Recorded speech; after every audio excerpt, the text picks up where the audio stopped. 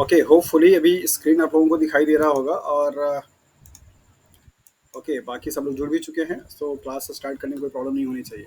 सो 2 unit finish करने के बाद हम लोग थर्ड यूनिट पे पहुंच गए हैं, दैट इज़ द बायोकेमिस्ट्री, जो कि बहुत अपने आप में इंटरेस्टिंग भी है और बहुत ज़्यादा लॉजिकल भी है। यहाँ से आपके 2 टाइप के क्वेश्चंस आने की पॉसिबिलिटीज़ बनती हैं। कुछ-कुछ एग्ज़ाम्स में लाइक सीएसआईआर के एग्ज़ाम्स में आपको न्यूमेरिकल वैल्यू दे देता है निकालने के लिए, किसी भी मेटाबॉलिक प्रोसेस का आपको एनर्जी निकालने के लिए दे सकता है, या आपको गिब्स फ्री एनर्जी से आप बोलते हैं वो निकालने के लिए दे सकता है, या इक्विलिब्रियम कांस्टेंट निकालने के लिए दे सकता है, पीएस का इम्पैक्ट पूछ सकता है, इस तरीके की चीज़ें पूछता है।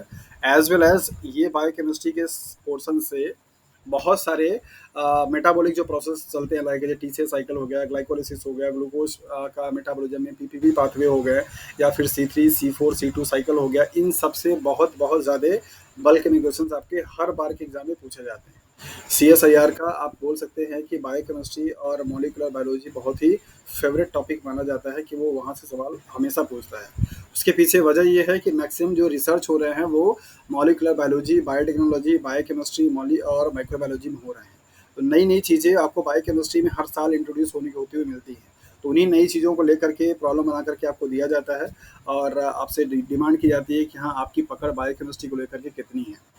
और बेसिकली ऐसा आप सब लोग अपने यूजी और पीजी क्लासेस में पढ़ कर के आ चुके होंगे कि बायोकेमिस्ट्री आपका एक सेल बायोलॉजी का ही क्या है, एक एडवांस वर्जन है, एडवांस मॉडिफाइड और एडवांस लेवल पे पढ़ने को आपको मिलता है। That is means what, cell biology में आपने क्या पढ़ा, सेल बायोलॉजी में आपको पढ़ाया जाता है कि जो सेल का स्ट्रक्चर है, उनके जो कंपोनेंट्स है, लाइक जो भी बायोमोलिक्यूल्स उनके बारे में आप स्टडी करते हैं। सो उन्हीं बायोमोलिक्यूल्स को लेकर के एक अलग से ब्रांच बना दिया गया, जिसमें आप पूरी डिटेल में उनकी पूरी ए टू जेड केमिस्ट्री पढ़ते हैं, जिसमें आपको पढ़ना होता है कि जो भी बायोमोलिक्यूल्स उनका कंपोनेंट्स कैसा होता है, कौन कौन से टाइप के बॉन्ड होते हैं, कौन कौन सा केमिकल इंट्रैक्शन उनके बीच में हो रहा होता है, कैसे वो एक दूसरे से ऑर्गेनाइज होते हैं, और क्या उनका फंक्शन बायोलॉजिकल सिस्टम में होता है। ये सब कुछ आप बायोलॉजी के जिस ब्रांच में स्टडी करते हैं उसको आप बायोकेमिस्ट्री के नाम से जानते हैं। सो अभी वीडियो ऑफ कर देते हैं और स्क्रीन होपफुली आप लोगों को दिखाई दे रहा होगा।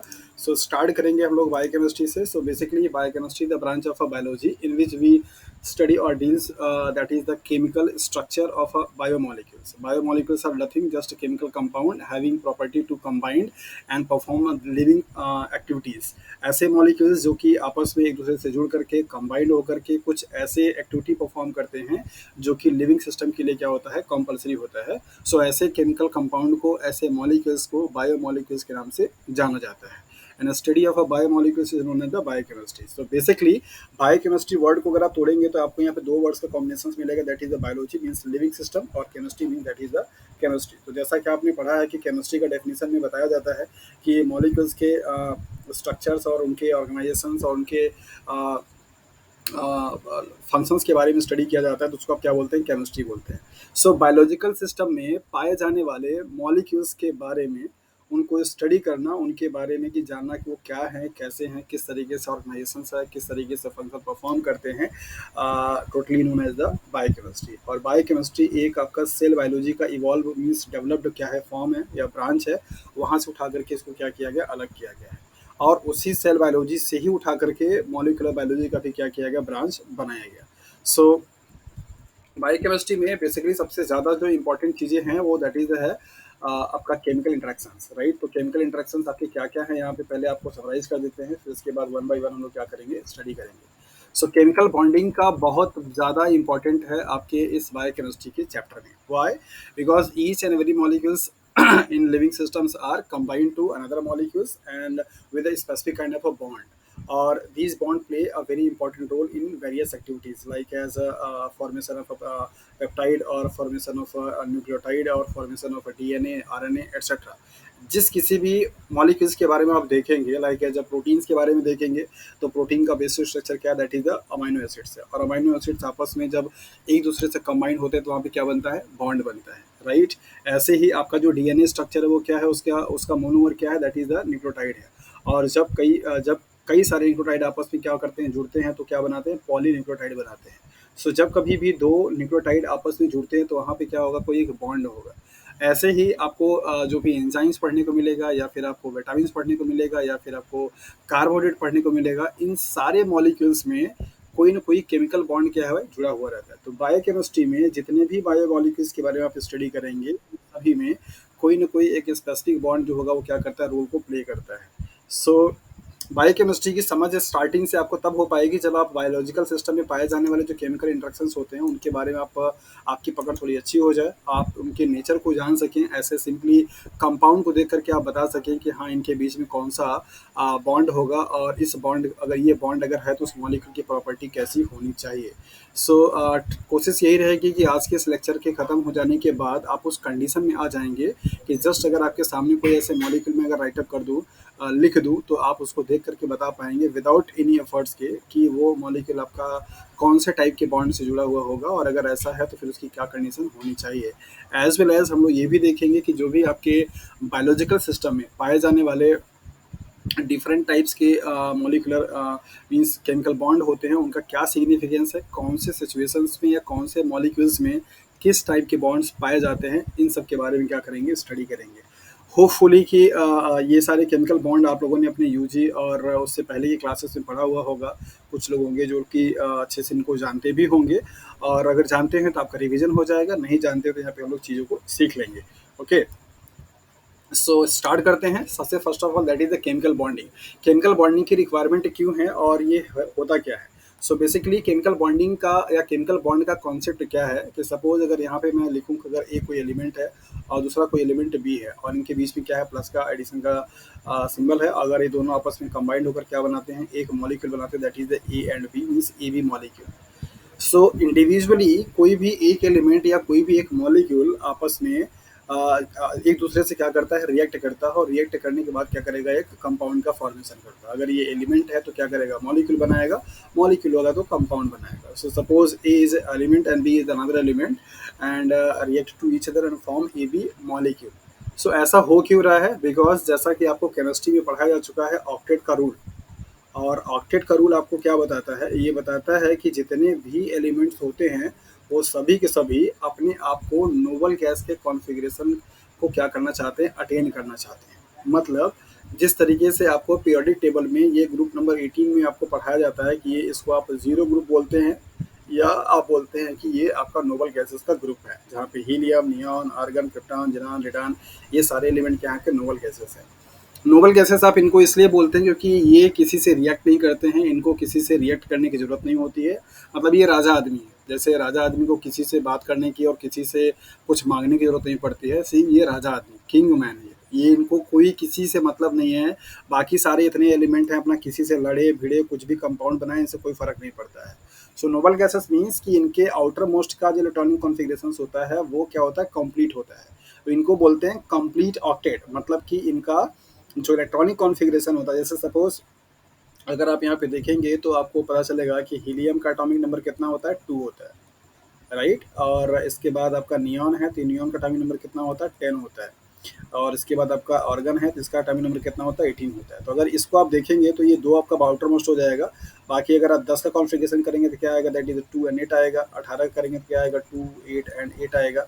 ऐसे ही अगर आप देखेंगे तो जितने भी आपके नोबल गैसेस होते हैं उन सारे नोबल गैसेस के आउटर मोस्ट में नंबर ऑफ इलेक्ट्रॉन कितना होगा, 8 होगा, सिर्फ हीलियम को छोड़ करके, क्योंकि हीलियम का एटॉमिक नंबर ही क्या है, 2 है। और आपको पता है कि इस कॉन्फ़िगरेशन को आप कैसे लिखते हैं, 1s2। और एस सब सेल्स में मैक्सिमम जो इलेक्ट्रॉन्स आपके रह सकते हैं वो कितना रहेंगे, दैट इज 2 रहेंगे। तो ये भी एक तरीके से क्या है, कंप्लीट ऑर्बिटल माना जाता है हीलियम भी।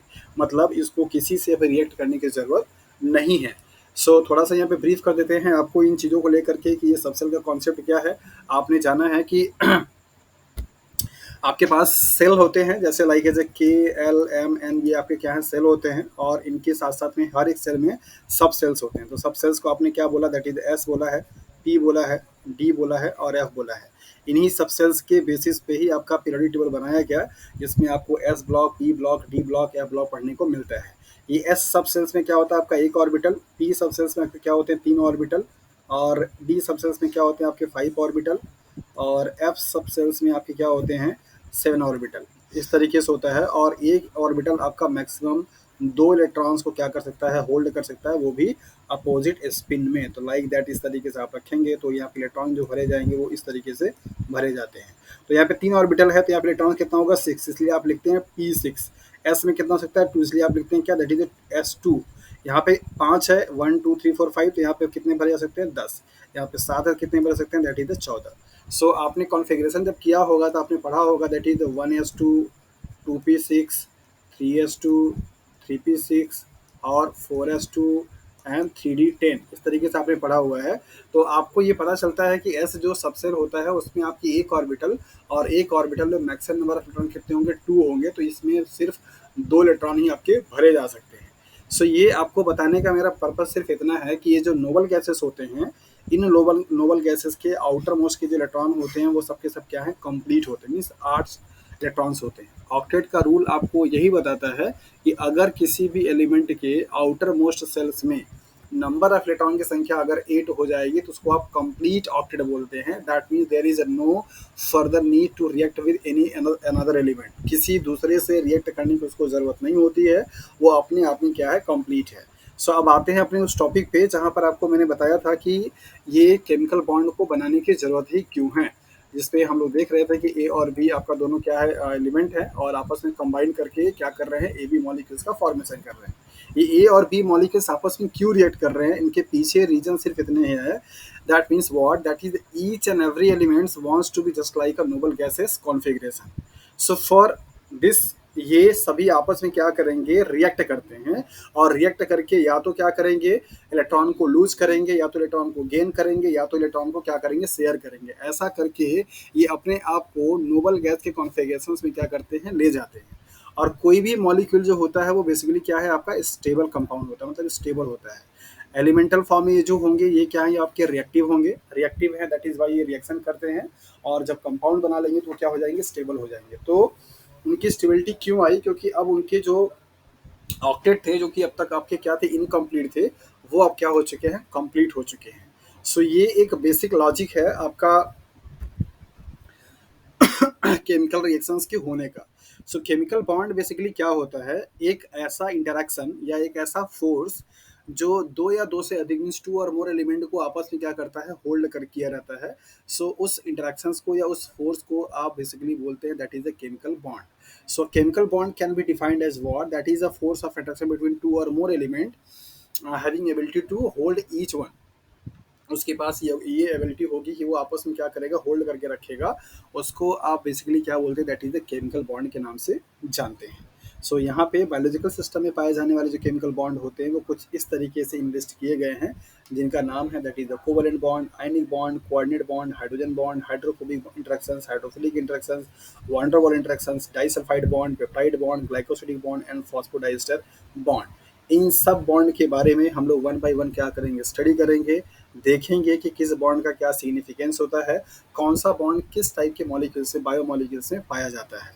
सो अगर अभी मैं ऑनेस्टली पूछूं तो आप में से जितने लोग भी जुड़े हुए हैं, 10-11 लोग जो भी जुड़े हैं, ये जितने बॉन्ड यहाँ पे आपको इंलिस्ट किए गए हैं इनमें से कितने ऐसे बॉन्ड हैं जिनके बारे में आपको जानकारी है, अवेयरनेस है?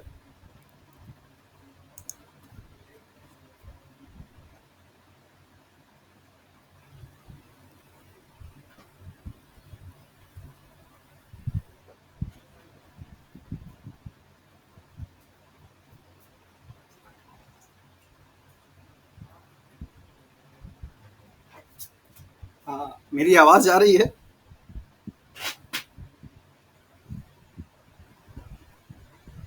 हेलो,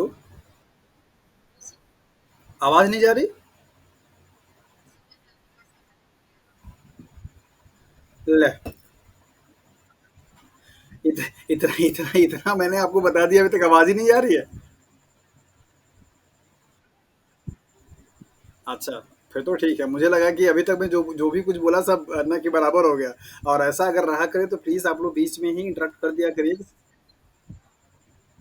अच्छा कोई नहीं, अभी मैंने आप लोगों से पूछा कि जितने भी बॉन्ड आपके डिस्प्ले स्क्रीन पे दिखाई दे रहे हैं, इन सारे बॉन्ड में से कुछ आइडिया है आप लोगों को, मतलब जानकारी है अभी?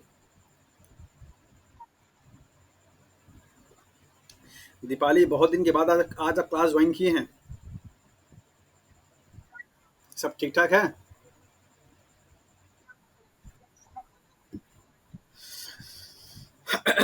Most of the peoples are suffering from typhoid, dengue and malaria also this time. So बच के रहिए, थोड़ा अपने आस-पास साफ-सफाई रखिए, और खैर जिसको हो ही जाता है तो फिर क्या ही किया जा सकता है। एनीवे, अभी आप उससे रिकवरी कर पाई हैं, ठीक है। तो कोई है जो कि जवाब देने वाला है इस क्वेश्चन का, जो कि आपके स्क्रीन पे दिखाई दे रहा है?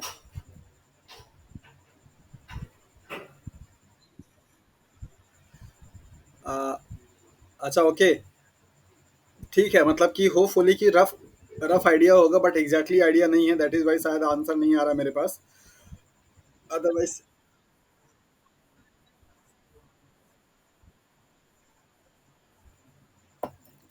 अच्छा, ओके, कोई बात नहीं है। आज के बाद आपको प्रॉब्लम नहीं होनी चाहिए।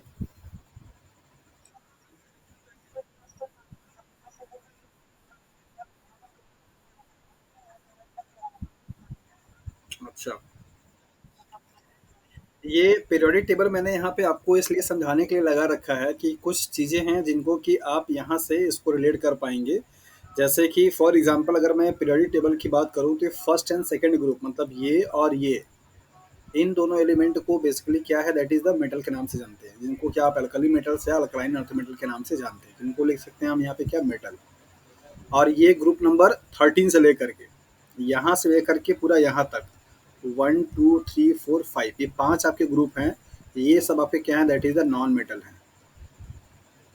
क्या है, नॉन मेटल है। ओके। केमिकल बॉन्ड यहाँ पे अगर आप देखेंगे तो आपको समझ में आएगा कि दो तरीके से बन सकता है, या तो इलेक्ट्रॉन को ट्रांसफर करके, जैसे सपोज अगर एक एलिमेंट ये है और दूसरा एलिमेंट आपका क्या है, बी है, तो ये एलिमेंट अपना क्या करे, इलेक्ट्रॉन को क्या करे, इसको दे दे, राइट। तो जब कभी भी दो एलिमेंट के बीच में इलेक्ट्रॉन का क्या हो, ट्रांसफर हो, मतलब एक एलिमेंट क्या करे, डोनेट करे, और दूसरा एलिमेंट क्या करे, रिसीव करे, अगर ऐसा हो रहा होगा तो उस कंडीशंस में जो बॉन्ड आपका बनेगा वो कौन सा बनेगा, that is the ionic bond बनेगा। क्या बनेगा, आयनिक बॉन्ड। तो आयनिक बॉन्ड बनने के लिए आप याद रखिएगा, हमेशा किसी भी कंपाउंड या किसी भी मॉलिक्यूल्स में वो देख करके आपको बताने वाली जब बात आएगी तो कैसे आप बताएंगे कि एक मॉलिक्यूल्स इलेक्ट्रॉन डोनर होना चाहिए। और आपने अपनी लोअर क्लासेस में पढ़ा है कि इलेक्ट्रॉन डोनर कौन होगा, दैट इज द मेटल होते हैं। So metals are the electropositive kind of elements, means metals have tendency to lose their electrons very easily, right. जितने भी जैसे लाइक है सोडियम, सोडियम क्या है, मेटल है। तो सोडियम क्या करता है, इसके पास इलेक्ट्रॉनिक कॉन्फ़िगरेशन करेंगे क्या आएगा, 281, 11 एलिमेंट होता है इसका एटॉमिक नंबर। तो यहाँ से एक इलेक्ट्रॉन होता है इसके पास, तो ये बड़े आसानी से क्या करता है, लॉस कर देता है और सोडियम पॉजिटिव बन जाता है, राइट। और क्लोरीन, क्लोरीन क्या है आपका, नॉन मेटल है। तो एक एलिमेंट आपका कैसा होना चाहिए, दैट इज द मेटल होना चाहिए, और दूसरा एलिमेंट कैसा होना चाहिए, that is the non metal होना चाहिए। मतलब मेटल क्या करेगा, इलेक्ट्रॉन को डोनेट करेगा, और नॉन मेटल क्या करेगा, आपके इलेक्ट्रॉन को रिसीव करेगा। तो जब कभी कोई भी केमिकल बॉन्ड ऐसे प्रोसेस से बने जहाँ पे एक एलिमेंट इलेक्ट्रॉन को क्या करे, डोनेट करे, दूसरा एलिमेंट क्या करे, उसको रिसीव करे, सो इस टाइप के प्रोसेस से बनने वाले बॉन्ड को आयनिक बॉन्ड के नाम से जाना जाता है। अभी डिटेल में पढ़ेंगे हम लोग। सो आयनिक बॉन्ड के लिए हमेशा एक क्या होना चाहिए, मेटल होना चाहिए, और एक क्या होना चाहिए, नॉन मेटल होना चाहिए। तो जरा आप लोग मुझे बताइए कि पीरियोडिक टेबल में अगर मैं आपको यहाँ पे दे दूँ कि एक है group number 1, group number 3, group number 13, 14, 15, और अगर आपको यहाँ पे कॉम्बिनेशन बना करके दे दिया जाए कि ग्रुप नंबर 1 से ग्रुप नंबर 2 वाले का बॉन्ड बन रहा है, ग्रुप नंबर 1 से ग्रुप नंबर 13 वाले का बॉन्ड बन रहा है, ग्रुप नंबर सेकंड से ग्रुप नंबर 15 वाले का बॉन्ड बन रहा है, और इन तीनों ऑप्शंस में से जो मॉलिक्यूल है किसके किसके बीच में आयनिक बॉन्ड बना है, तो क्या बताएंगे?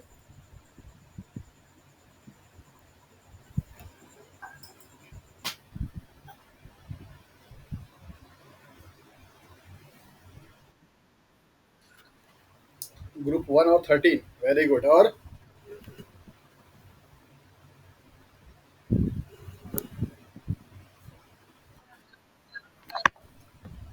1 और 17 का ऑप्शन नहीं दिया, 15 है वो,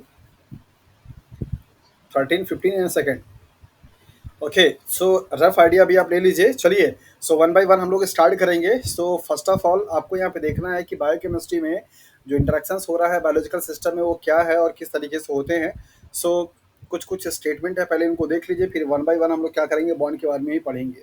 सो study of a chemical process within and relating to the living organism is known as the biochemistry biochemistry का मतलब वही होता है कि जो भी आपके लिविंग सिस्टम में पाए जाने वाले जो केमिकल प्रोसेस होते हैं उनके बारे में स्टडी करना, उनको समझना, उनका स्ट्रक्चर जानना, यही बायोकेमिस्ट्री क्या है कहलाता है। So much of biochemistry deals with the structure, bonding, function and interaction of biological macromolecules such as protein, nucleic acid, carbohydrate and lipids. Maximum जो पोर्शन है बायोकेमिस्ट्री का वो इसी बात पे पूरा समराइज हो जाता है कि जो भी आपके बायोमोलिक्यूल्स है like as a protein, carbohydrate, lipids, nucleic acid, इन सारे मॉलिक्यूल्स का स्ट्रक्चर मतलब कैसे वो उनकी बनावट है, बॉन्डिंग किस तरीके से केमिकल बॉन्ड है, फंक्शंस कौन कौन से फंक्शंस को परफॉर्म करते हैं, and interactions. Interactions means what कि इनका आपस में और एक दूसरे मॉलिक्यूल्स से किस टाइप से इंटरेक्शन है, इनको ही स्टडी करता है आपका पूरा का पूरा बायोकेमिस्ट्री। तो अगर जिनकी बायोकेमिस्ट्री पकड़ जिनको बनानी है, उनको आपको protein, nucleic acid, carbohydrate and lipids, इनका जो बेसिक स्ट्रक्चर है, बेसिक जो कॉन्सेप्ट है, उसकी समझ आपको बहुत अच्छे से रखनी पड़ेगी और बनानी पड़ेगी, क्योंकि यही बेसिक्स चल करके आपको आगे आने वाले टॉपिक्स में क्या करेगा, अच्छे तरीके से हेल्प करता है। So around 2 dozen chemical elements are essential to various kind of biological life. लगभग 2 दर्जन से ज़्यादा केमिकल एलिमेंट हैं जो कि आपके डिफरेंट काइंड के बायोलॉजिकल सिस्टम में क्या करते हैं, इसेंशियल रोल प्ले करते हैं। और just 6 element, carbon, C, hydrogen, H, nitrogen, N, oxygen, O, calcium, C, A, phosphorus, P, ये 6 एलिमेंट मिलकर के, ओके, 6 एलिमेंट मिल करके बेसिकली 99% आपका किसी भी लिविंग सिस्टम के मास का, टोटल मास का 99% क्या करते हैं, बनाते हैं। आपकी हमारी भी, हमारी आपकी बॉडी भी है, जितना हमारा वजन है उसका 99% जो आपका वेट आएगा वो इन्हीं 6 एलिमेंट के ही से ही बने हुए कंपाउंड की वजह से आएगा। अब इन्हीं 6 एलिमेंट से मिलकर के आपका पूरा का पूरा लिविंग सिस्टम में जितना भी बायोमोलिक्यूल्स आपने पढ़ा है या आप पढ़ेंगे, वो सब के सब इन्हीं एलिमेंट से मिलकर के बने हुए होते हैं। सो 6 एलिमेंट आपसे ये पूछे जाते हैं कि कौन कौन से हैं जो कि बहुत बहुत ज़्यादा इंपॉर्टेंट होते हैं। तो कार्बन, हाइड्रोजन, नाइट्रोजन, ऑक्सीजन, ये चार को तो आपको भूलना ही नहीं है। ये चार तो बैकबोन है पूरे बायोकेमिस्ट्री के। इन्हीं चारों के ऊपर पूरी बायोकेमिस्ट्री क्या है, घूम रही है, इन्हीं से मिलकर के बनने वाले कंपाउंड्स को और इन्हीं से बनने वाले केमिकल बॉन्ड को। राइट, कैल्शियम फॉस्फेट भी इंपॉर्टेंट है, कैल्शियम तो मान लीजिए कभी कभी आएगा। ओके, सो यहाँ पे आपको दे रखा है शॉर्ट फॉर्म में, यहाँ पे कैल्शियम नहीं है, यहाँ पे सल्फर है, क्योंकि सल्फर आपका प्रोटीन में पाया जाता है। Okay, oxygen, sulphur and phosphorus, CHON, PS।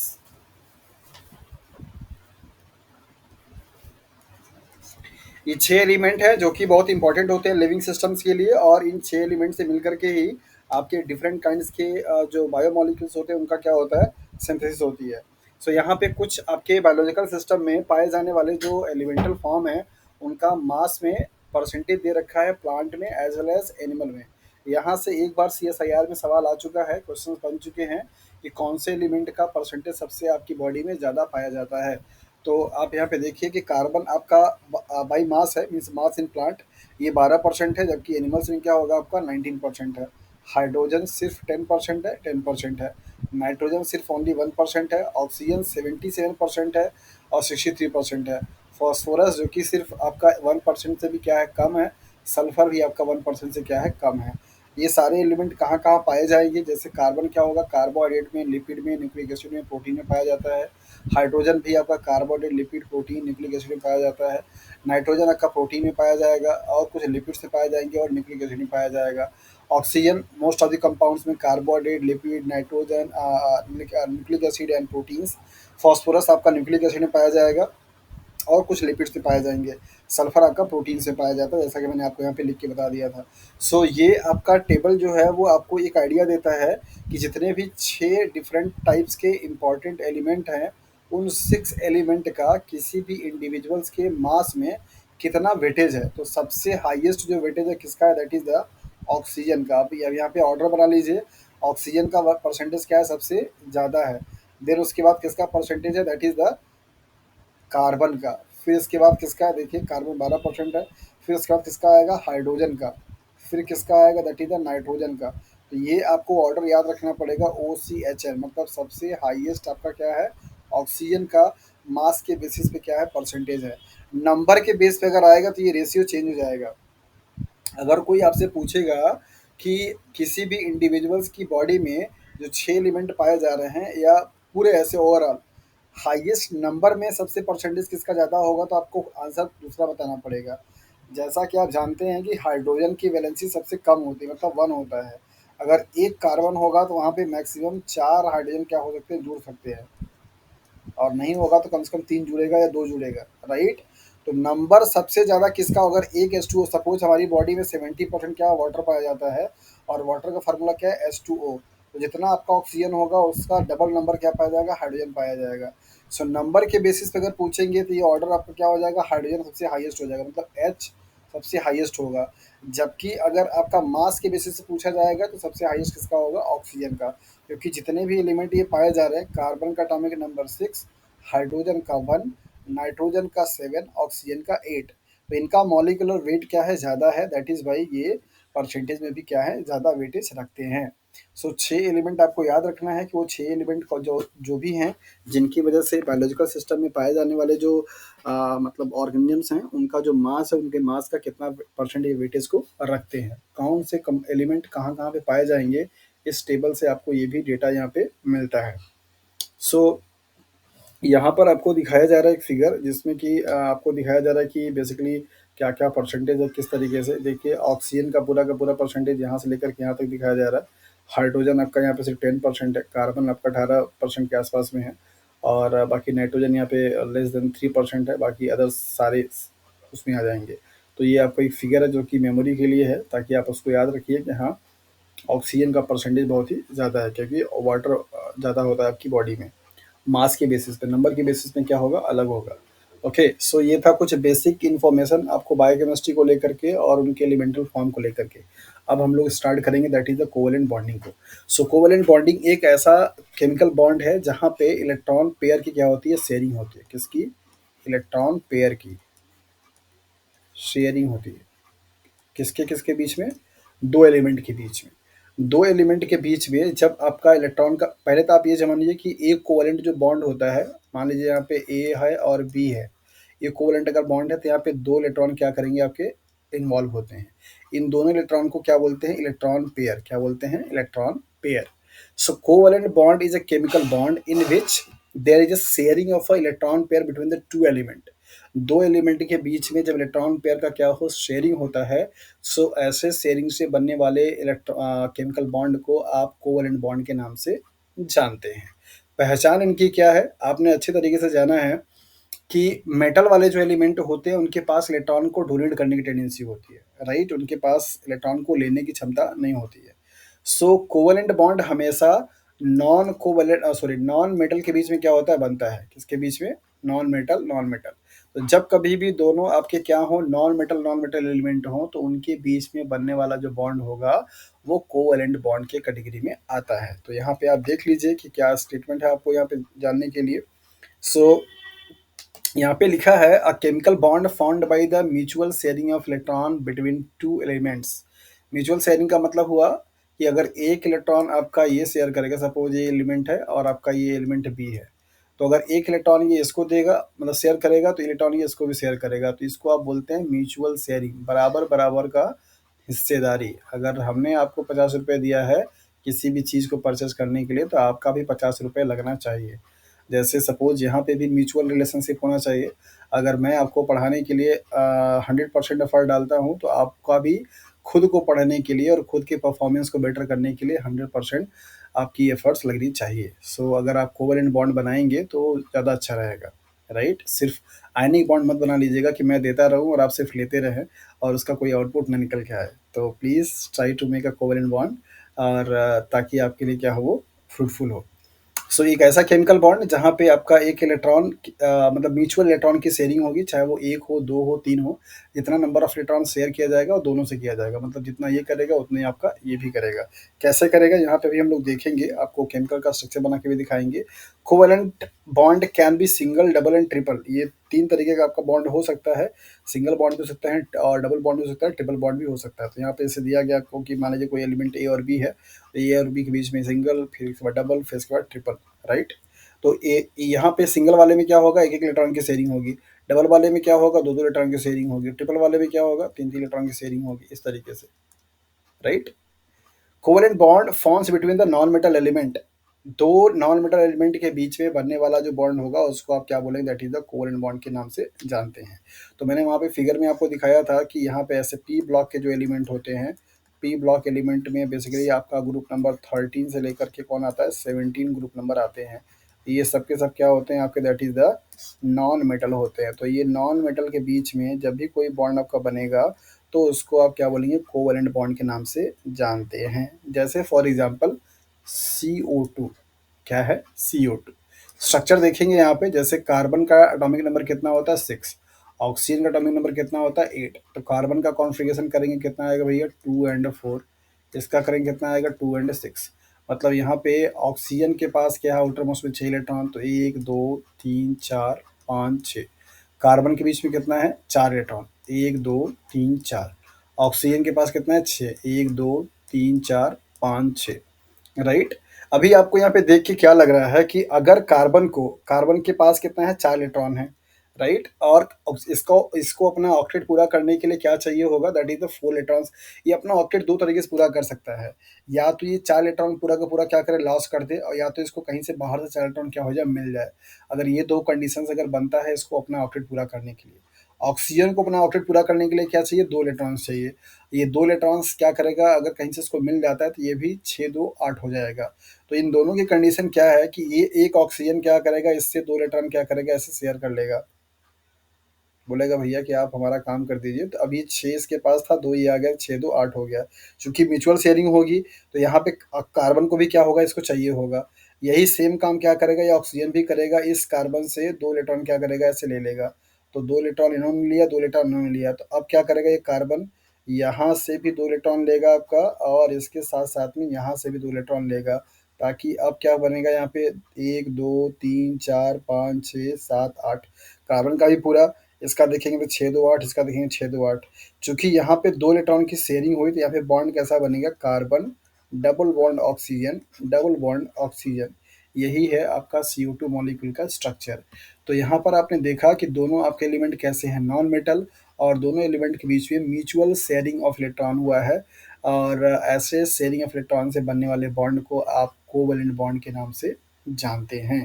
पहचान क्या है, जो भी मॉलिक्यूल में सिर्फ और सिर्फ आपके नॉन मेटल हों तो उनको आप हमेशा कोवैलेंट बॉन्ड की कैटेगरी में रखेंगे, और उन कंपाउंड्स को कोवैलेंट कंपाउंड्स के नाम से जाना जाता है। सिर्फ इस बात को ध्यान दीजिएगा, that is the non metal element. Clear है?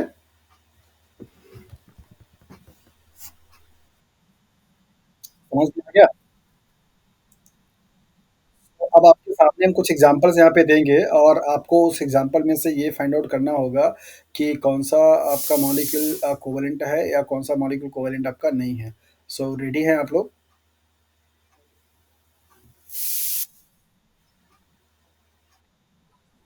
ओके। सो पहचान मैंने आपको बता दिया है कि कैसे आप देख करके आइडेंटिफाई करेंगे।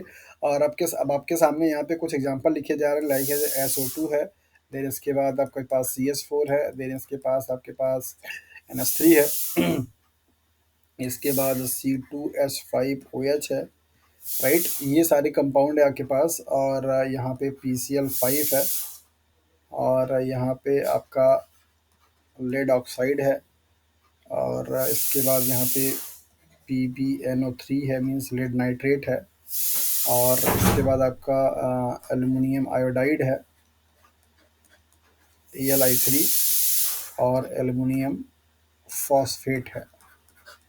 ये सारे कंपाउंड्स आपके लिखे हैं, मैं नंबर कर देता हूँ यहाँ पे, आपको सिर्फ नंबर बताना होगा कि कौन से नंबर पे वाला मॉलिक्यूल आपका कोवैलेंट है।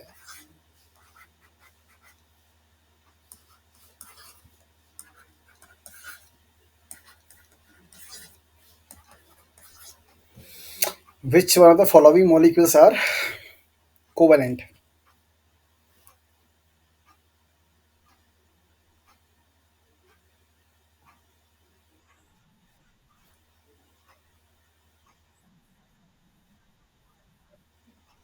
जो कोवेलेंट होगा सिर्फ़ उसी का नंबर आपको बताना है।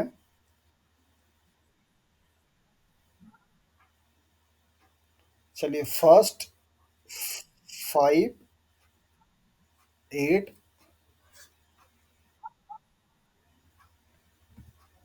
5, 6, 7, 8 अच्छा ये।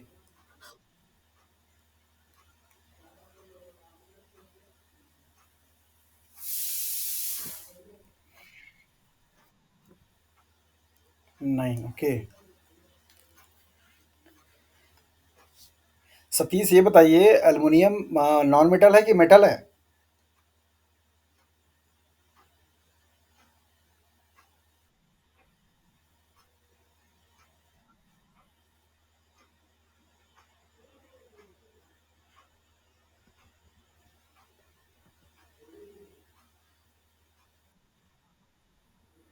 तो मेटल के बीच में बनेगा कोवेलेंट बॉन्ड? फिर तो ये गलत हो जाएगा आपका।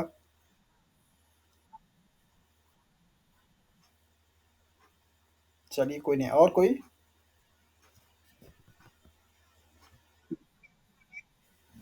हाँ,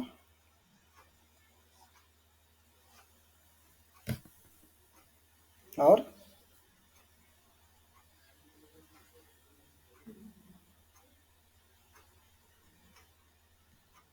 यार ये इतना टफ तो सवाल मैंने नहीं पूछा था आप लोगों से। इसका मतलब कि जो कॉन्सेप्ट आपको दिया गया, वो अभी तक आपने सही से ग्रैब नहीं किया। अदरवाइज़ तो इसका आंसर अभी तक तो आ जाना चाहिए था। और अभी भी मतलब जितने भी आंसर आए कोई सही नहीं है।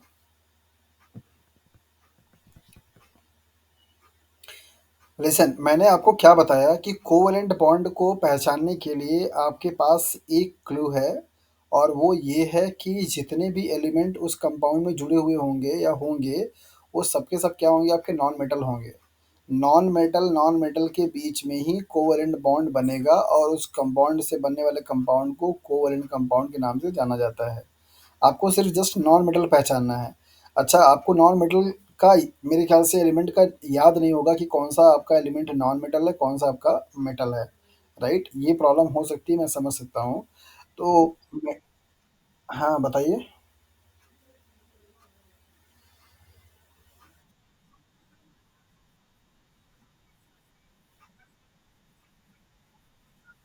अरे भाई वो खुद अपने आप पे नॉन मेटल ये होंगे, क्या मतलब है?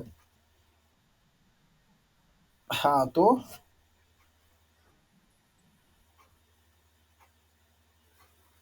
अच्छा, ये बाकी लोग क्या कर रहे हैं जो आंसर नहीं कर रहे हैं? अभी मुझे नाम लेके बुलाना पड़ेगा क्या सबको? कौन कौन जुड़ा है? अमित है, अनामिका है, दीपाली है, दृश्या, ज्योति, रानू, रितु, सतीश। हाँ मैंने सुन लिया सतीश। क्यों भाई, बाकी लोगों को समझ में नहीं आ रहा है या फिर कहीं चले गए हैं क्लास ज्वाइन करके? हाँ जी। मिस्टर अमित, दृश्या, अमित, रितु, ये सब क्या कर रहे हैं भाई? कहाँ हैं सब गायब? दीपाली, अनामिका। अच्छा ओके। Very good.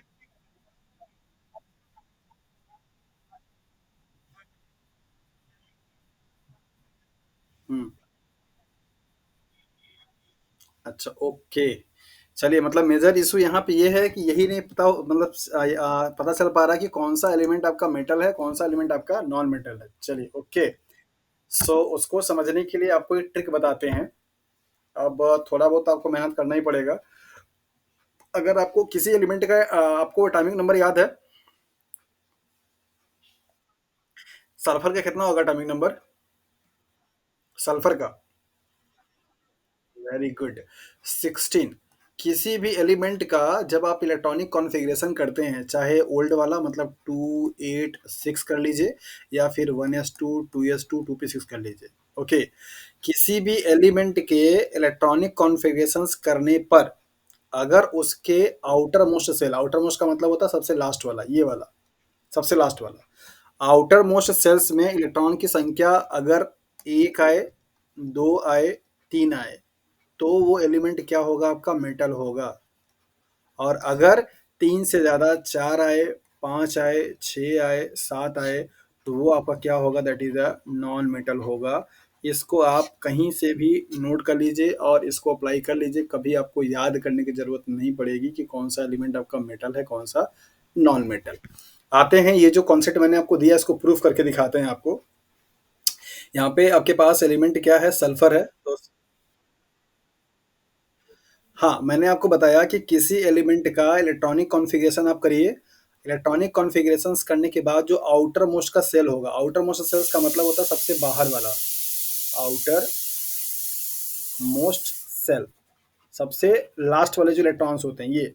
जैसे यहाँ पे मैंने सल्फर का किया, सल्फर का मैं कर दे रहा हूँ यहाँ पे 16 का, तो इसका करेंगे तो आपको क्या मिलेगा, 2, 8 और 6 मिलेगा। तो उस केस में ये क्या हो जाएगा, आपका आउटर मोस्ट हो जाएगा। तो किसी एलिमेंट का इलेक्ट्रॉनिक कॉन्फ़िगरेशंस करने के बाद अगर उसके आउटर मोस्ट सेल्स में इलेक्ट्रॉन की संख्या या तो 1 हो, या तो 2 हो, या तो 3 हो, इन तीनों में से कोई भी हो। अगर ऐसा होता है फिर तो वो एलिमेंट क्या कहलाएगा, दैट इज़ द मेटल कहलाएगा।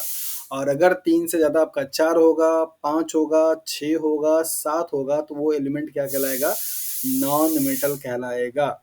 अब आपको इन दोनों ही स्टेटमेंट के लिए एग्ज़ाम्पल देकर के प्रूफ करता हूँ कि कैसे आप बताएँ कि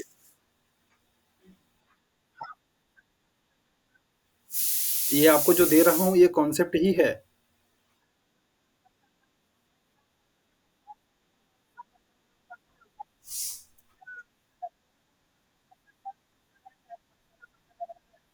नहीं, नहीं, नहीं, नहीं, लिसन, लिसन, आपको ये बता यही बताने के लिए ये आपको कॉन्सेप्ट दे रहा हूँ कि कैसे आप बताएँगे कि वो मेटल है या नॉन मेटल है। आपको किसी एक इंडिविजुअल, जैसे सपोज़ यहाँ पे SO2 है, तो यहाँ पे 2 एलिमेंट है, सल्फर है, ऑक्सीजन है, राइट? अब अगर आप इन दोनों का कॉन्फ़िगरेशन करेंगे तो आपको पता चलेगा कि ये आपका मेटल है या नॉन मेटल है। और अगर आपके एलिमेंट नॉन मेटल होंगे तो हमें बॉन्ड कौन सा बनेगा, दैट इज द कोवैलेंट बनेगा। और अगर मेटल और नॉन मेटल होंगे तो वहाँ पे क्या बनेगा, आयनिक बनेगा। तो अभी आपको यहाँ पे स्टेटमेंट जो दिया गया है कोवैलेंट के लिए और उसमें जो एग्जांपल दिए गए हैं वो ये हैं। तो अब आप देखिए इसको, ये जो कॉन्सेप्ट है इसको लिख लीजिए कहीं पे। If outermost electron of a cell of an element have 1 or 2 or 3 electrons, then it will be a metal। अगर किसी भी एलिमेंट का कॉन्फ़िगरेशंस करने के बाद आउटर मोस्ट सेल्स में इलेक्ट्रॉन की संख्या 1, 2, 3 में से कुछ भी अगर आता है तो क्या होगा, आपका मेटल होगा। जैसे फॉर एग्जांपल सोडियम। सोडियम आपको मालूम है मेटल होता है। एटॉमिक नंबर कितना होगा सोडियम का? Very good. कॉन्फ़िगरेशन क्या करेंगे, 2, 8 एंड 1, 2, 8, 10 और 1, 11। तो कितना इलेक्ट्रॉन आया आपका, एक आया। इसका मतलब ये क्या होगा, आपका मेटल होगा। मैग्नीशियम, मैग्नीशियम का एटॉमिक नंबर 12, कितना आएगा, 2, 8 एंड 2, ये भी क्या होगा, आपका मेटल होगा। एल्यूमिनियम, एल्यूमिनियम का एटॉमिक नंबर कितना होता है, 13। और आप करेंगे तो क्या आएगा, 2, 8 और 3 आएगा, तो ये भी क्या होगा, आपका मेटल। इसके बाद अगर आप देखेंगे सिलिकॉन, सिलिकॉन कितना होता है, 14। कॉन्फ़िगरेशन करेंगे क्या आएगा, 2, 8 एंड 4 आएगा। तो क्या ये एलिमेंट आपका मेटल होगा? ये नॉन मेटल है, सिंपल। आप किसी का इलेक्ट्रॉनिक कॉन्फ़िगरेशन कीजिए, आउटर मोस्ट में इलेक्ट्रॉन देखिए, अगर इसकी संख्या 1, 2, 3 में से कुछ भी संख्या होगा तो आपका मेटल होगा, नहीं होगा तो नॉन मेटल होगा। तो यहाँ पे आप देखिए कि जितने भी एलिमेंट जुड़े हुए हैं सबके कंपाउंड जो मैंने आपको दिए थे वो सबके सब आपके नॉन मेटल हैं। एस मीन सल्फर है और ऑक्सीजन है। तो सल्फर का एटॉमिक नंबर कितना है? हाँ जी, रितु बता रही थी कुछ। Very good. सल्फर का एटॉमिक नंबर है 16। अगर आप इसको कॉन्फ़िगरेशन करेंगे तो क्या आएगा, 2 आएगा, 8 आएगा और 6 आएगा। तो 6 अगर आया भैया तो क्या होना चाहिए, नॉन मेटल। ऑक्सीजन है, ऑक्सीजन का एटॉमिक नंबर कितना होता है, 8। कॉन्फ़िगरेशन क्या करेंगे, 2 एंड 6 आएगा, ये भी क्या होगा, नॉन मेटल। दूसरा कंपाउंड है कार्बन, कार्बन का एटॉमिक नंबर 6, कॉन्फ़िगरेशन करेंगे तो 2 एंड 4 आएगा। ओके। नाइट्रोजन, नाइट्रोजन का एटॉमिक नंबर 7, कॉन्फ़िगरेशन करेंगे तो 2 एंड 5 आएगा। तो सबके इलेक्ट्रॉन आउटर मोस्ट में क्या है, 3 से ज़्यादा ही आ रहे हैं, 4, 5, 6 इस तरीके से आ रहे हैं। इसका मतलब ये सब क्या है, फास्फोरस है। फास्फोरस का एटॉमिक नंबर कितना होता है, 15। कॉन्फ़िगरेशन करेंगे तो 2, 8 एंड 5 आएगा, ये भी क्या आपका नॉन मेटल है। लेड का, एल्युमिनियम का, ये सब आपके क्या है, मेटल होते हैं। तो इनका जो कंपाउंड बनेगा वो आपका क्या बनेगा, कोवैलेंट नहीं बनेगा। बाकी ये सारे जो एग्जांपल दिखे गए हैं आपको SO2, CS4, NH3, C2H5OH, PCl5, ये सब के सब आपके क्या हैं, दैट इज़ द कोवैलेंट के एग्जांपल हैं। ठीक है जी? सब केमिस्ट्री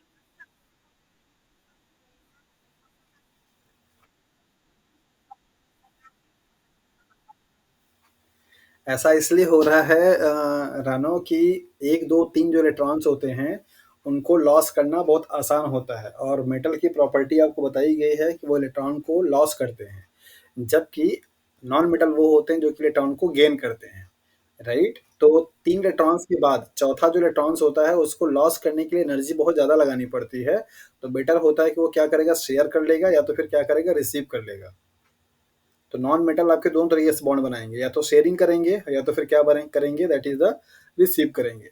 कभी भी वो डोनेट नहीं करेंगे, नॉन मेटल।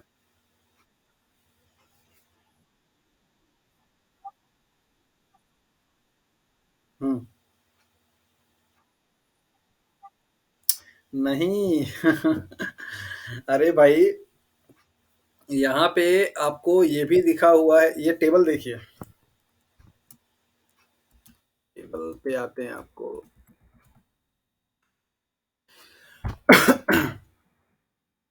ये ग्रुप नंबर 13 में ये जो आपको ये लाइन दिख रही है ना, ये पीली वाली, है ना, इसको आप बोलते क्या है, that is the metalloid. Non metal और मेटल, इन दोनों के बीच का क्या होता है आपका, जिनकी प्रॉपर्टी होती है उसको आप बोलते हैं मेटलॉयड। मतलब कि जैसे बोरॉन है, सिलिकॉन है, जर्मेनियम है, और एंटीमनी है, और पोलेनियम है। सॉरी, ये एंटीमनी, टाइटेनियम है और एंटीमनी है। ये सब ऐसे हैं जो कि नॉन मेटल और मेटल, इसके इधर वाले जो एलिमेंट हैं सब आपके क्या है, मेटल है, पूरा का पूरा यहाँ से लेकर यहाँ तक का। ये पर्पल वाले और ये वाले, ये सब आपके क्या है, मेटल हैं। ये जो पीला वाला दिखाई दे रहा है ये आपका क्या है, मेटलॉयड है, मतलब दोनों के बीच का। और ये आपको जो ग्रीन वाला दिखाई दे रहा है, ये सब क्या है, आपके नॉन मेटल है।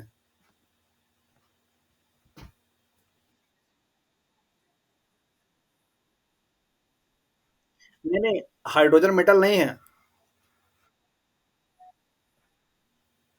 हाँ बिल्कुल, सोडियम मेटल है। हम्म।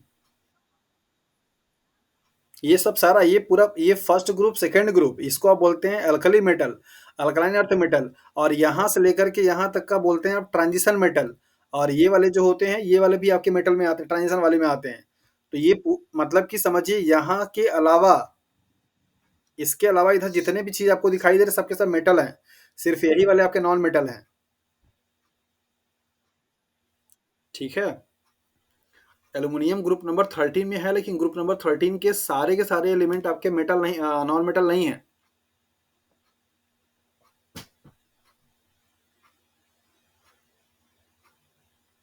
क्लियर है?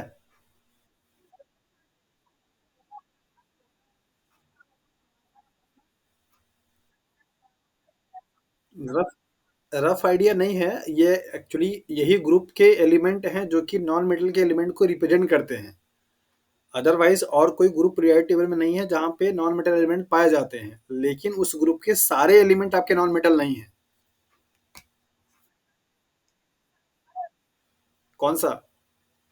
ये जो ये जो बोरॉन आपको दिखाई दे रहा पीला वाला,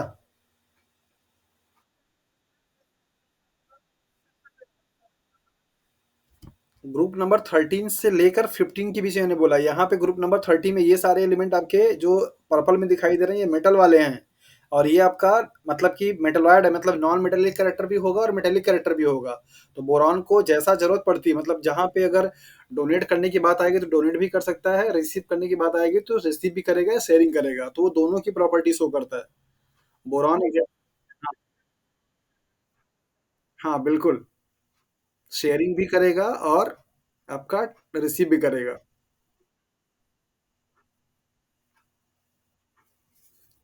चलिए सतीश, आपका डाउट जो है क्लियर हो गया। ओके, तो आगे मूव करें। चलिए, यहाँ पे हम लोग डिस्कस कर रहे थे कोवेलेंट बॉन्ड को लेकर के, और आपने कुछ कॉन्सेप्ट यहाँ पे जाने कि नॉन मेटल के बीच में बनने वाले बॉन्ड को कोवेलेंट बॉन्ड के नाम से जाना जाता है, और यहाँ पे इलेक्ट्रॉन का म्यूचुअल क्या होगा, शेयरिंग होगा। कैसे आप किसी भी एलिमेंट को देख करके बताएंगे कि वो मेटल है या नॉन मेटल, उसके लिए आपको सिर्फ दो चीजें आनी चाहिए। नंबर पहला, उसका एटॉमिक नंबर आपको याद होना चाहिए, और आपको इलेक्ट्रॉनिक कॉन्फ़िगरेशन करने आना चाहिए।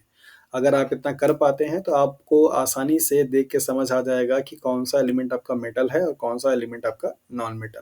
मैंने आपको यहाँ पे दो जो कॉन्सेप्ट बताए कि इलेक्ट्रॉनिक कॉन्फ़िगरेशंस करने के बाद अगर एलिमेंट के आउटर मोस्ट सेल्स में नंबर ऑफ इलेक्ट्रॉन या तो 1 हो, 2 हो, 3 हो, तो उस केस में वो क्या कहलाएगा, दैट इज़ द मेटल कहलाएगा। और अगर मोर देन 3 हो, लाइक एज़ 4 हो, 5 हो, 6 हो, 7 हो, तो वो आपका नॉन मेटल कहलाएगा। तो कोवेलेंट बॉन्ड आपके वही बनाएंगे जिनके आउटर मोस्ट में इलेक्ट्रॉन की संख्या 4, 5, 6, 7 हो, वही आपके क्या बनाएंगे, कोवेलेंट बॉन्ड बनाएंगे।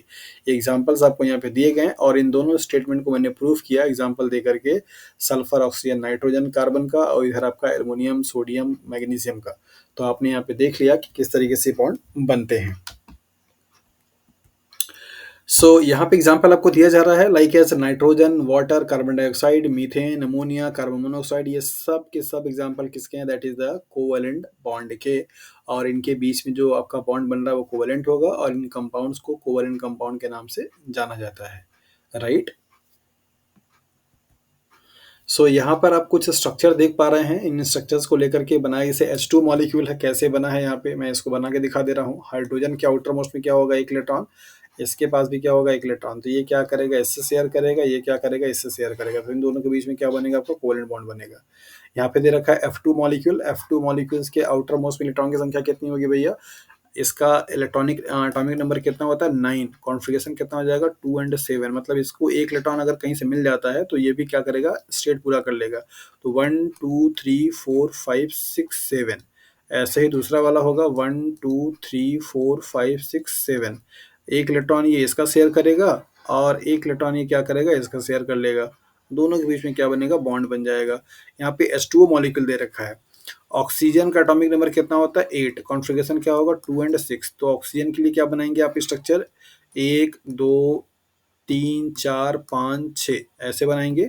दो हाइड्रोजन है, हाइड्रोजन के पास एक इलेक्ट्रॉन, इसके पास भी क्या होगा, एक इलेक्ट्रॉन, एक हाइड्रोजन इससे बॉन्ड बनाएगा, एक हाइड्रोजन उसका इससे करेगा, ऑक्सीजन दोनों से क्या करेगा, इलेक्ट्रॉन को शेयर कर लेगा। तो इस तरीके से आपका स्ट्रक्चर यहाँ पे बन जाएगा। यहाँ पे आपने देखा कि शेयरिंग होने के जो बॉन्ड आपका बनता है उसको क्या बोलते हैं, कोवेलेंट बॉन्ड बोलते हैं, और ये शेयरिंग हमेशा आपके नॉन एलिमेंट के बीच में ही होगा, मीन्स नॉन मेटल एलिमेंट के बीच में ही होगा। और ये बनाने के लिए आपको नहीं आएगा, आपको सिर्फ आता है ये फाइंड आउट करने के लिए कि कौन सा एलिमेंट आपका नॉन मतलब कोवेलेंट है, कौन सा आपका कोवेलेंट नहीं है। अगला है हमारा topic, that is the ionic bond. Ionic bond एक ऐसा बॉन्ड है जहाँ पे इलेक्ट्रॉन्स का क्या होता है, ट्रांसफर होता है। एक एलिमेंट क्या होगा, इलेक्ट्रॉन्स को डोनेट करेगा, दूसरा एलिमेंट क्या करेगा, रिसीव करेगा। और इस टाइप के बॉन्ड को बनने के लिए कंडीशन होती है कि यहाँ पे एक element should must be metal, another element must be non metal. ये कंडीशन है आपका यहाँ पे कि ऐसा होना ही चाहिए। अगर ऐसा होता है तब जाकर के आपका ये क्या होगा, कोवेलेंट आयनिक बॉन्ड जो है वो बन पाता है। तो एक इलेक्ट्रो पॉजिटिव होना चाहिए, एक इलेक्ट्रो नेगेटिव होना चाहिए, right. So a bond that is formed by transfer of electrons from one element to another element to complete their octet. Octet को पूरा करने के लिए एक एलिमेंट से इलेक्ट्रॉन का क्या होगा, ट्रांसफर होगा दूसरे वाले एलिमेंट के पास में, तब जाकर के दोनों क्या होंगे, कंप्लीट कहलाएंगे। So ionic bond form between the metal and non metal element like as S, D and F block element to the P block element. So periodic table में 4 ब्लॉक होते हैं, एस, पी, डी, एफ, जैसा कि आपको पहले ही बताया मैंने। तो जिसमें से एक ब्लॉक मीन्स पी ब्लॉक जो होता है वो आपको नॉन मेटल को रिप्रेजेंट करता है। ये बात अलग है कि पी ब्लॉक के सारे एलिमेंट आपके जो होंगे वो नॉन मेटल नहीं होंगे, means all the non metals belongs to the P block element but all the P block elements are not the non metal. ये स्टेटमेंट आप याद रखिएगा। सो पी ब्लॉक के एलिमेंट के साथ में चाहे एस ब्लॉक का एलिमेंट हो, चाहे डी ब्लॉक का एलिमेंट हो, चाहे एफ ब्लॉक का एलिमेंट हो, अगर जब कभी भी कोई बॉन्ड बनाएगा तो वो उनके बीच में क्या होगा, that is the ionic bond कहलाएगा। ओके। सो यहाँ पे एग्जांपल आपको दिया गया like as NaCl, NaBr, NaF, NaI, KF, KCl, KI and KBr। ये सब आपके सोडियम किसका है आपका, that is the first group का एलिमेंट है, सोडियम फर्स्ट ग्रुप का एलिमेंट है, सोडियम फर्स्ट ग्रुप का एलिमेंट है, पोटेशियम आपका भी फर्स्ट ग्रुप का एलिमेंट है, ये भी, ये भी, ये भी। तो ये सब आपके क्या है, मेटल हैं, ये सब आपके क्या हैं, that is the halogen family से बिलॉन्ग करने वाले हैं, मतलब ग्रुप नंबर 17 से। तो ये आपका क्या होगा, मेटल होगा, ये क्या होगा आपका नॉन मेटल। कैसे बनेगा इसको यहाँ पे देख लेते हैं एक एक एग्जाम्पल करके। तो नाइट्रो सोडियम का एटॉमिक नंबर कितना है, 11। कॉन्फ़िगरेशन आप करेंगे तो क्या आएगा, दैट इज 2 8 एंड 1 आएगा। तो सोडियम के आउटर मोस्ट में हम क्या लिख सकते हैं, एक लिख सकते हैं, राइट। क्लोरीन का एटॉमिक नंबर कितना है, 17। कॉन्फ़िगरेशन करेंगे तो क्या आएगा, 2 8 एंड 7 आएगा। तो क्लोरीन के आउटर मोस्ट में 7 इलेक्ट्रॉन लिख सकते हैं, 1 2 3 4 5 6 7। कंडीशन यहाँ पे ये है कि इसके पास कितना है, 281, इसके पास कितना है, 287। अगर इसको ये एक अपना लॉस कर दे तब ये कैसा हो जाएगा, ऑक्टेट हो जाएगा। और इसको अगर एक मिल जाए तभी क्या होगा, अपना ऑक्टेट हो जाएगा। तो उस केस में क्या करेगा, ये सोडियम इसको इलेक्ट्रॉन क्या करता है, ऐसे ट्रांसफर कर देता है। तो यहाँ पे क्या बनेगा, बॉन्ड बन जाएगा, कैसा, that is a sodium single bond chlorine. अब इसको आप लिखेंगे दैट इज 2 8, और इसको आप लिखेंगे 2 8 एंड 8। दोनों ने अपना ऑक्टेट पूरा किया, और ये वाला जो आपका बॉन्ड बनेगा उसको आप बोलेंगे आयनिक बॉन्ड। और आयनिक बॉन्ड की ये पहचान होती है कि जब भी आयनिक बॉन्ड क्या होते हैं, पोलराइज्ड होते हैं। जब ये आपका ब्रेकआउट होगा तो जो मेटल वाला पार्ट होगा उसके पास पॉजिटिव चार्ज आता है, और नॉन मेटल वाले क्या आते हैं, आपके नेगेटिव चार्ज आते हैं, राइट। तो ये इनकी पहचान है कि यहाँ पे आयंस का फॉर्मेशन हो रहा है, दैट इज वाई इनको आप आयनिक बॉन्ड के नाम से जानते हैं। सो पहचान क्या होगी, दैट इज द मेटल और नॉन मेटल, सिंपल रहेगा। अगर मेटल और नॉन मेटल मिलकर के बॉन्ड बनाएंगे तो उसको क्या बोलेंगे, आप आयनिक बॉन्ड बोलेंगे। समझ आ गया।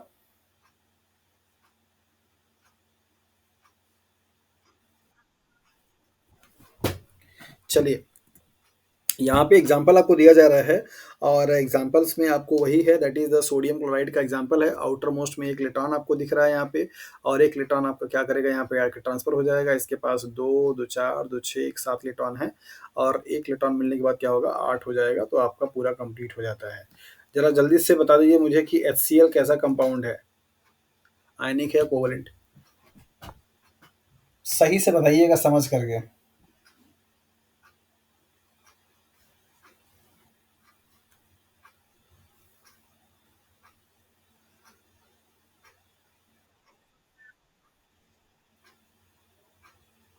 और बाकी लोग।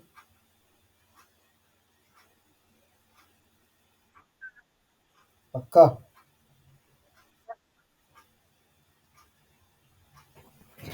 अच्छा, HCl मॉलिक्यूल को ब्रेक होते हुए नहीं देखा क्या ऐसे।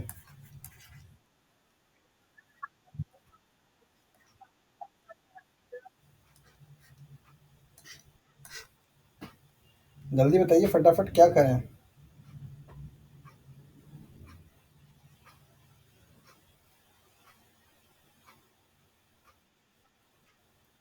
अरे, अगर यही एग्जाम में आपके सवाल आएगा कि HCl मॉलिक्यूल इज व्हाट, आयनिक है, कोवलेंट है, तो क्या लगा कर आओगे।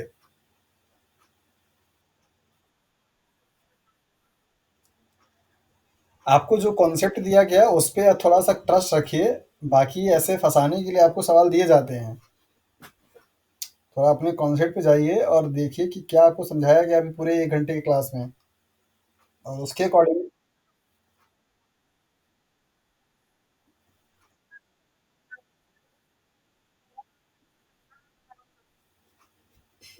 Very good. तब रानो क्या होना चाहिए।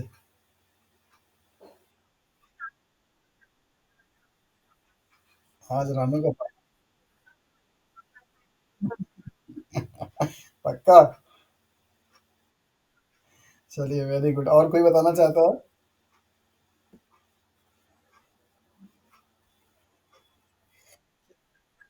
क्या, क्या कोवैलेंट बॉन्ड में कभी आयंस बनते हैं, लाइक अगर आपने मेथियन देखा हुआ होगा, आपने कार्बन डाइऑक्साइड देखा हुआ होगा, तो क्या ये कभी से टूट करके आयन बनाता है क्या, कभी कभी देखा है ऐसे कार्बन को पॉजिटिव लिखते हुए हाइड्रोजन को, या कार्बन को नेगेटिव लिखते हुए हाइड्रोजन को पॉजिटिव लिखते हुए, ऐसा देखा है क्या कभी। तो ये HCl को तो ऐसे देखा होगा ना, as positive plus Cl negative.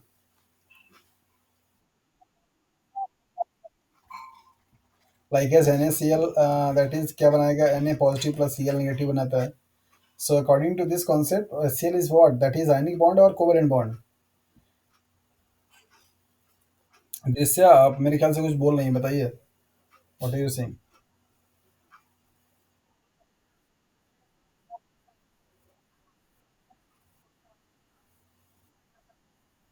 Hmm. So, you can say that HCl is a ionic bond, ionic compound.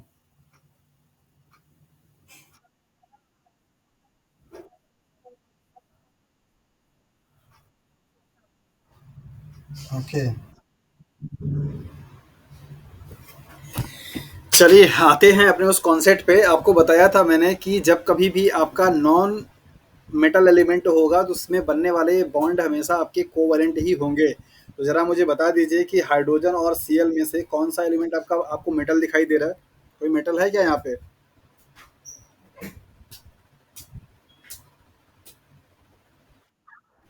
तो डेफ़िनिटली कौन-सा बॉन्ड होगा? Covalent. HCl is a covalent compound. But यहाँ पे ये जो क्लोरीन है और हाइड्रोजन है, इन दोनों के इलेक्ट्रोनेगेटिविटी डिफरेंस बहुत ज़्यादा होती है, जिनकी वजह से ये बॉन्ड क्या होता है, पोलराइज हो जाता है और ब्रेक होने के बाद क्या करता है, ये आयंस देता है, राइट। लेकिन यहाँ पे जो बॉन्ड बनता है वो कैसा, दैट इज शेयरिंग करके, ये ऐसे और ये ऐसे, सेम ऐसे जैसे यहाँ पे ये बन रहा है। ये एक इसको चाहिए तब जाकर के ये दो बनाएगा, और इसको एक चाहिए तब जाकर के क्या बनाएगा, आठ बनाएगा। तो HCl is a covalent compound not a ionic. ये मैंने सवाल आपसे इसीलिए पूछा क्योंकि ये देख करके बड़ा कन्फ्यूजन होता है, और मतलब ठीक ठाक स्टूडेंट जो केमिस्ट्री को होते हैं ना, अगर उनसे भी सवाल, अभी जब भी मैं 11th क्लास के बच्चों को ऐसे केमिस्ट्री पढ़ाता था, CBSE बोर्ड के बच्चों को, तो उनसे ये बहुत सवाल मैंने पूछे। और सबके सबका जो कॉन्सेप्ट रहता था ना, आकर के ही सिमट जाता था कि सर ये तो देख के आयनिक लग रहा है, लेकिन ये आयनिक है नहीं। तो आपको ये समझना होगा कि ये सारे एग्जाम्पल्स आपसे एग्जाम में पूछे जाते हैं। So HCl is a covalent compound, not a ionic bond. Although it seems like a ionic compound because it has a polarity like a minus and positive charge, and it is just because of the electronegativity difference between the hydrogen and chlorine. So that is why it get polarized and dissociate into the ion form, that is H plus and chlorine Cl negative. But it is actually not a ionic bond; it is a covalent bond or covalent compound. Okay. So next है आपका coordinate bond. Coordinate bond basically covalent bond का ही एक advance and modified version होता है, जिसमें electron को क्या किया जाता है, एक एलिमेंट की तरफ से ऐसे पूरा का पूरा जो इलेक्ट्रॉन पेयर होता है वो क्या किया जाएगा, आपका डोनेट कर दिया जाता है। तो इसको आप डेटिव बॉन्ड के नाम से भी जानते हैं। तो coordinate bond is a type of alternate covalent bond. ये अल्टरनेट कोवलेंट बॉन्ड का टाइप होता है, जहाँ पर बेसिकली क्या होता है, that is form by sharing of electron pair from a single atom. एक बॉन्ड में, जैसा हमने शुरू शुरू शुरू में बताया था, एक बॉन्ड में दो इलेक्ट्रॉन होंगे, उनको पेयर बोलते हैं।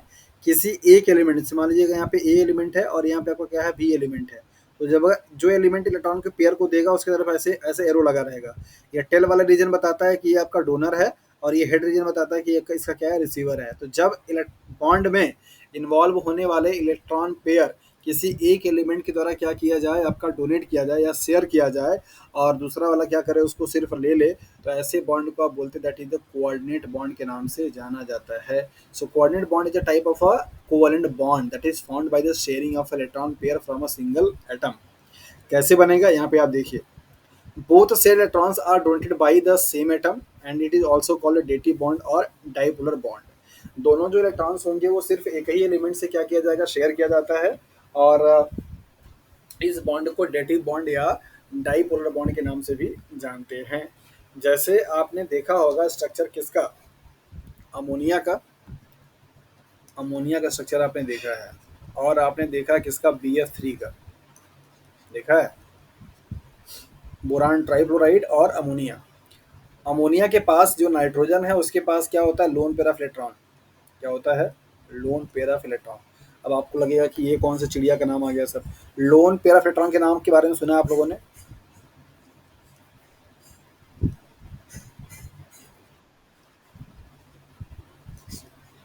ओके, ऐसा इलेक्ट्रॉन जो कि किसी एलिमेंट के आउटर मोस्ट में तो हो लेकिन वो बॉन्ड में इन्वॉल्व ना हो, उसको आप बोलते हैं लोन पेयर ऑफ इलेक्ट्रॉन। क्या बोलते हैं, लोन पेयर ऑफ इलेक्ट्रॉन। कैसे निकालेंगे पहले इसको आप देख लीजिए। जैसे मान लीजिए अगर आपके पास यहाँ पे ऑक्सीजन है, एटॉमिक नंबर कितना है, 8 है। कॉन्फ़िगरेशन करेंगे क्या आएगा, 2 एंड 6 आएगा। आउटर मोस्ट सेल्स में इलेक्ट्रॉन की संख्या कितनी हो गई, 6 हो गई।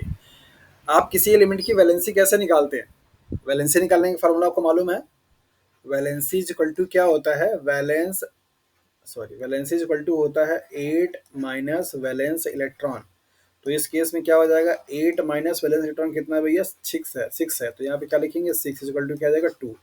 इसका मतलब ये हुआ कि 6 इलेक्ट्रॉन में से 2 इलेक्ट्रॉन ऐसा है जो कि ऑक्सीजन क्या करेगा, बॉन्ड में बनाएगा। मतलब कि इसकी वैलेंसी कितनी होती है, 2। आपने देखा होगा ऑक्सीजन हमेशा 2 बॉन्ड बनाता है, हमेशा क्या, ऑलवेज, मतलब हमेशा। सो इसकी वैलेंसी कितनी हो गई, 2 हो गई। तो 6 में से आपका 2 इलेक्ट्रॉन कैसा हो गया, वैलेंसी वाली हो गई। अब बाकी आपके कितने बचे, 4 बचे। वो जो 4 बचे हैं ना, उन्हीं को आप बोलते हैं लोन पेयर ऑफ इलेक्ट्रॉन। तो लोन पेयर इलेक्ट्रॉन निकालने का फॉर्मूला क्या होता है भैया, valence electron minus valency, valence electron minus valency. मतलब आवाज ब्रेक हो रही है, नेटवर्क का प्रॉब्लम आ गया क्या।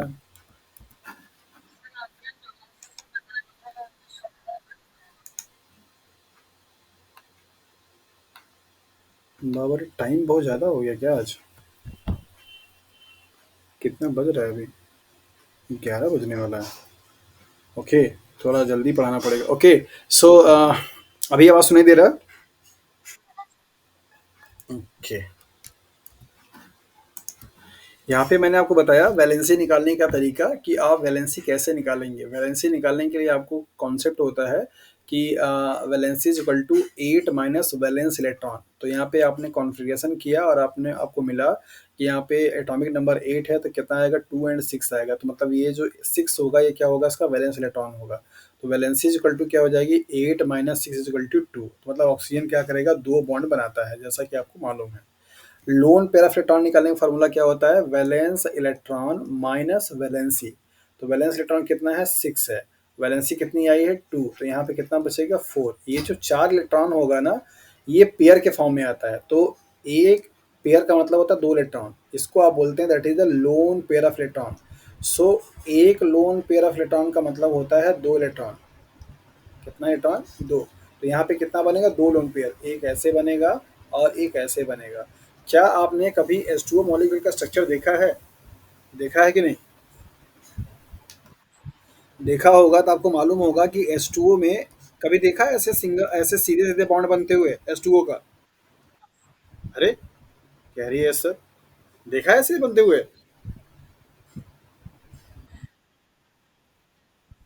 तेरे, ओहो, वाटर मॉलिक्यूल में ऐसे डायरेक्टली ऐसे स्टेट में नहीं बनता है स्ट्रक्चर। अगर आपने ठीक से बुक से पढ़ा होगा तो आपको ऐसे दिखता है वाटर मॉलिक्यूल का स्ट्रक्चर, और यहाँ पे लिखा रहता है sir loan pair of electron. देखा है कभी,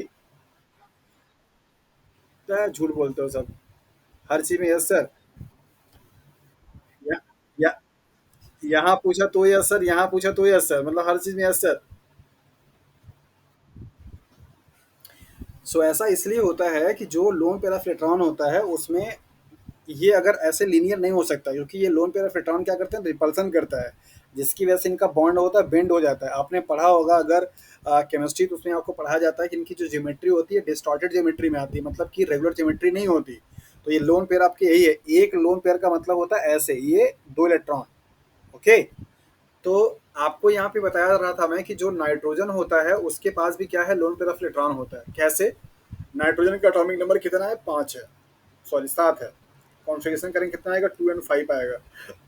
तो इसकी वैलेंसी अगर आप निकालेंगे तो वैलेंसी बराबर क्या हो जाएगा, valence electron minus, sorry, valency equal to क्या हो जाएगी, 8 minus valence electron, 8 minus valence electron.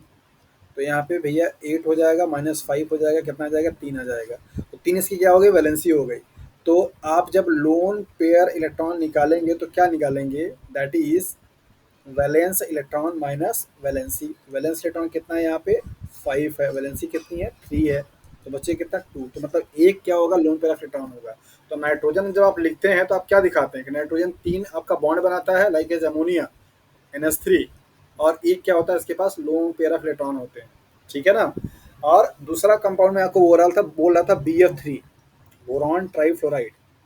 तो बोरॉन का एटॉमिक नंबर कितना होता है, 5।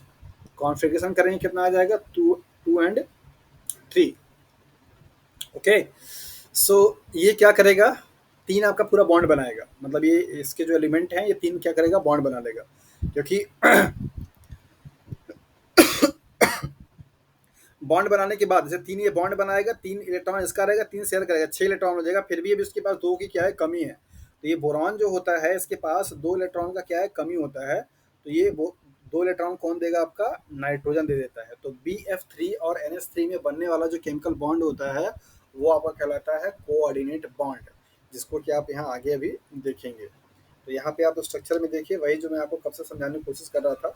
नाइट्रोजन के पास क्या है, आपका ये रेड वाला जो दिखाई दे रहा है ये लोन पेयर ऑफ इलेक्ट्रॉन है। ये बोरॉन है जिसके पास आपके 3 आउटर मोस्ट इलेक्ट्रॉन है, 3 और 3 6, मतलब एक बॉन्ड बराबर 2 electron, 3 bond equal to 6 electron. अभी भी इसका ऑर्बिट पूरा नहीं है। ऐसे कंपाउंड या ऐसे मॉलिक्यूल जो कि बॉन्ड बनाने के बाद भी ऑक्टेट पूरा न कर पाए, उनको आप बोलते हैं इलेक्ट्रॉन डिफिशियंट मॉलिक्यूल। ठीक है। तो ये BF3 कैसा है, इलेक्ट्रॉन डिफिशियंट है। तो ये नाइट्रोजन क्या करेगा, इसको दे देगा और अब यहाँ पे क्या बनेगा, बॉन्ड बन जाएगा। ये जो बॉन्ड आपको दिखाई दे रहा है ना, ऐसे एरो लगा हुआ है, उसी को आप बोलते हैं कोऑर्डिनेट बॉन्ड। जहाँ पे एरो का जो हेड रीजन होता है वो दिखाता है कि इलेक्ट्रॉन उसकी तरफ जा रहा है, और जो टेल रीजन होता है वो दिखाता है कि उसकी वहां से इलेक्ट्रॉन जा रहा है। तो मतलब इस केस में जो नाइट्रोजन है ये इलेक्ट्रॉन को क्या कर रहा है, दे रहा है, और जो बोरॉन है वो इलेक्ट्रॉन को क्या कर रहा है, ले रहा है। ठीक है जी, समझ आया। अरे सब लोग चले गए क्या?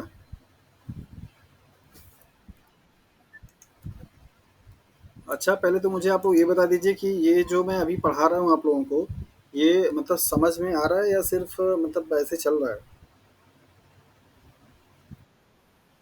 हाँ, हाँ, ये प्रॉब्लम हो सकती है कि आपको सारी चीज़ें एग्ज़ैक्टली याद नहीं हो पा रहा होगा, लेकिन आई डोंट थिंक कि अभी जो चीज़ें मैं समझा रहा हूँ आपको समझ में नहीं आ रहा होगा। ऐसा नहीं होना चाहिए, है ना?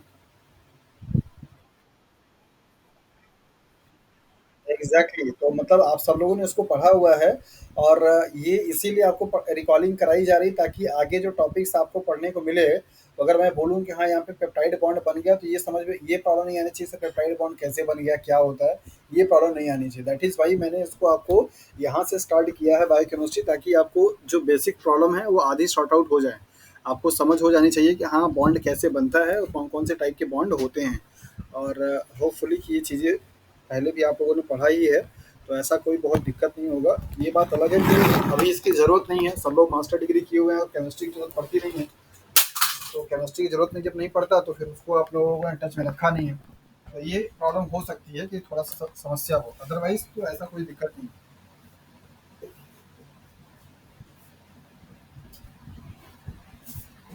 चलिए, तो अब तक हम लोगों ने क्या क्या पढ़ लिया, दैट इज कोवलेंट बॉन्ड पढ़ लिया, आयनिक बॉन्ड पढ़ लिया, कोऑर्डिनेट बॉन्ड पढ़ लिया।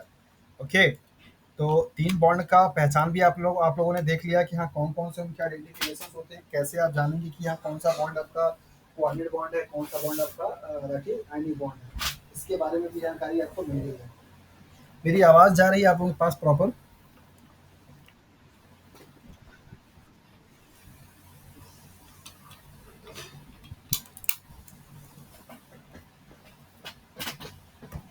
ओके। सो नेक्स्ट हम लोग पढ़ेंगे हाइड्रोजन बॉन्ड।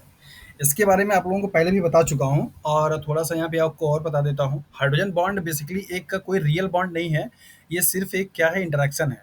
कैसा? इंटरैक्शन है पॉज़िटिव और नेगेटिव का। जब कभी भी हाइड्रोजन एलिमेंट किसी मोस्ट इलेक्ट्रोनेगेटिव एलिमेंट से कोवैलेंटली बॉन्डेड हो, लाइक एज़ फ्लोरीन से, या आपका ऑक्सीजन से, या आपका नाइट्रोजन से, राइट? जैसे यहाँ पे लिख सकते हैं आप HF मॉलिक्यूल। जब आपका हाइड्रोजन इलेक्ट्रोनेगेटिव एलिमेंट से कोवैलेंटली बाउंड हो, ऐसे 2 मॉलिक्यूल, कैसे? ऐसे 2 मॉलिक्यूल के बीच में जो बॉन्ड बनेगा उसको आप क्या बोलेंगे? हाइड्रोजन बॉन्ड बोलेंगे। कैसे?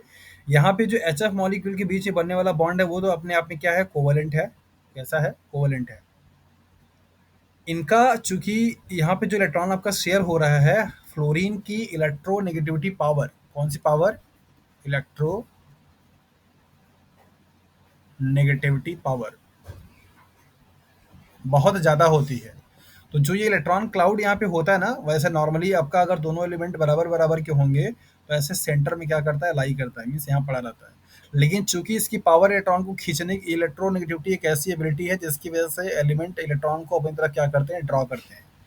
तो ये सारा का सारा इलेक्ट्रॉन क्या करता है, अपनी तरफ ऐसे खींच लेता है पूरा, जिसकी वजह से इस फ्लोरीन पे जो चार्ज, इलेक्ट्रॉन पे चार्ज कैसा होता है भैया, नेगेटिव। तो यहाँ पे जो चार्ज आएगा क्या आएगा, negative, that is partial negative charge. और इसके अपोजिट में क्या आएगा, पार्शियल पॉजिटिव चार्ज। सिमिलरली यहाँ पे भी वही चीज होगा, partial negative and partial positive. तो दो एच एफ मॉलिक्यूल्स के बीच में एक फ्लोरीन का पार्शियल नेगेटिव और एक एच एफ के हाइड्रोजन का पार्शियल पॉजिटिव, इनके बीच में जो आपका बॉन्ड यहाँ पे बनेगा, उस बॉन्ड को आप बोलते हैं हाइड्रोजन बॉन्ड। क्या बोलते हैं, हाइड्रोजन बॉन्ड। तो कॉन्सेप्ट क्या है कि जब कभी हाइड्रोजन किसी मोस्ट इलेक्ट्रोनेगेटिव एलिमेंट, कौन कौन से, या तो फ्लोरीन से, या तो ऑक्सीजन से, या तो नाइट्रोजन से, अगर इनसे कोवलेंट बॉन्ड से क्या है, जुड़ा हुआ है, तो उनके दूसरे मॉलिक्यूल्स के बीच में एक मॉलिक्यूल्स का आपका इलेक्ट्रोनेगेटिव एलिमेंट और दूसरे एलिमेंट का दूसरे मॉलिक्यूल्स का आपका इलेक्ट्रोपॉजिटिव एलिमेंट, ये इलेक्ट्रोनेगेटिव और ये इलेक्ट्रोपॉजिटिव, इनके बीच में क्या होगा, एक इंटरेक्शन होगा। उसी इंटरेक्शंस को आप हाइड्रोजन बॉन्ड के नाम से जानते हैं। सो लाइक एस, जैसे मैंने आपको यहाँ पे एच एफ दिखाया, वैसे आप यहाँ पे H2O में भी दिखा सकते हैं, वैसे ही आप यहाँ पे NH3 में भी दिखा सकते हैं। राइट, इस तरीके से आपको यहाँ पे बॉन्ड बनेगा। तो कॉन्सेप्ट यहाँ पे क्या है हाइड्रोजन बॉन्ड का, वो सिंपल यही है कि जब कभी भी फ्लोरीन, ऑक्सीजन, फोन, ये तीन एलिमेंट हैं पूरे पीरियोडिक टेबल में जो कि हाइड्रोजन बॉन्ड बना सकते हैं।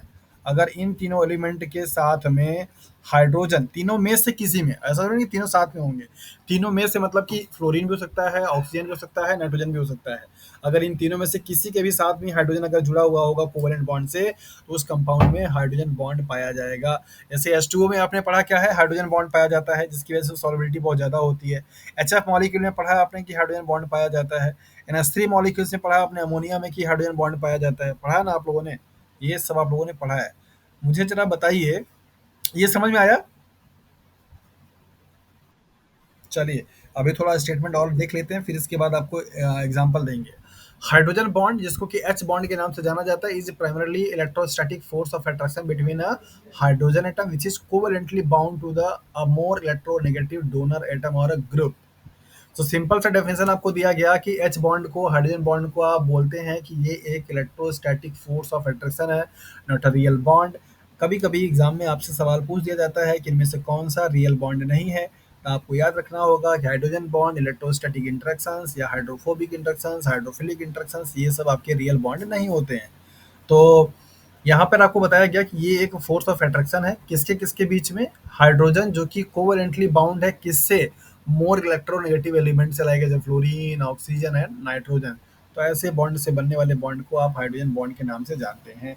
Three electronegative element that can form hydrogen bonds are fluorine, nitrogen and oxygen, only three. लिख लीजिए, अंडरलाइन लगा लीजिए, पूरे पीरियोडिक टेबल में से सिर्फ यही तीन एलिमेंट है जो कि हाइड्रोजन बॉन्ड को बना सकता है, बाकी कोई भी हाइड्रोजन बॉन्ड नहीं बना पाएगा।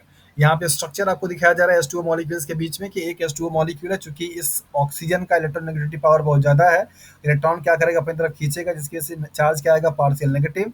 यहाँ पे चार्ज क्या आएगा, पार्शियल पॉजिटिव। तो एक वाटर मॉलिक्यूल के इलेक्ट्रो पॉजिटिव मीन्स हाइड्रोजन, दूसरे वाटर मॉलिक्यूल का इलेक्ट्रोनेगेटिव मीन्स ऑक्सीजन, इनके बीच में जो स्ट्रक्चर बनेगा या जो बॉन्ड बनेगा, उसको आप हाइड्रोजन बॉन्ड के नाम से जानते हैं। क्लियर है जी? अरे बोलिए हाँ या ना।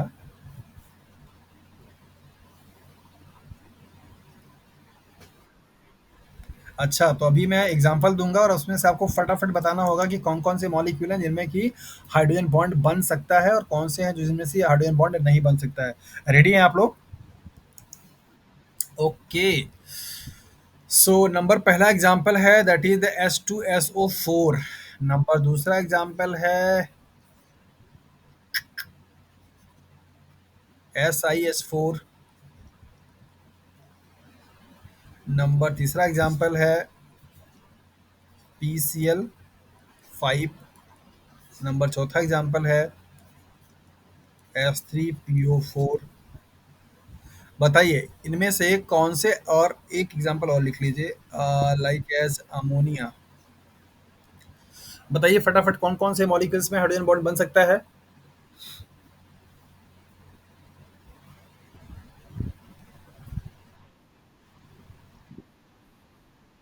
First and fourth, very good. और कोई?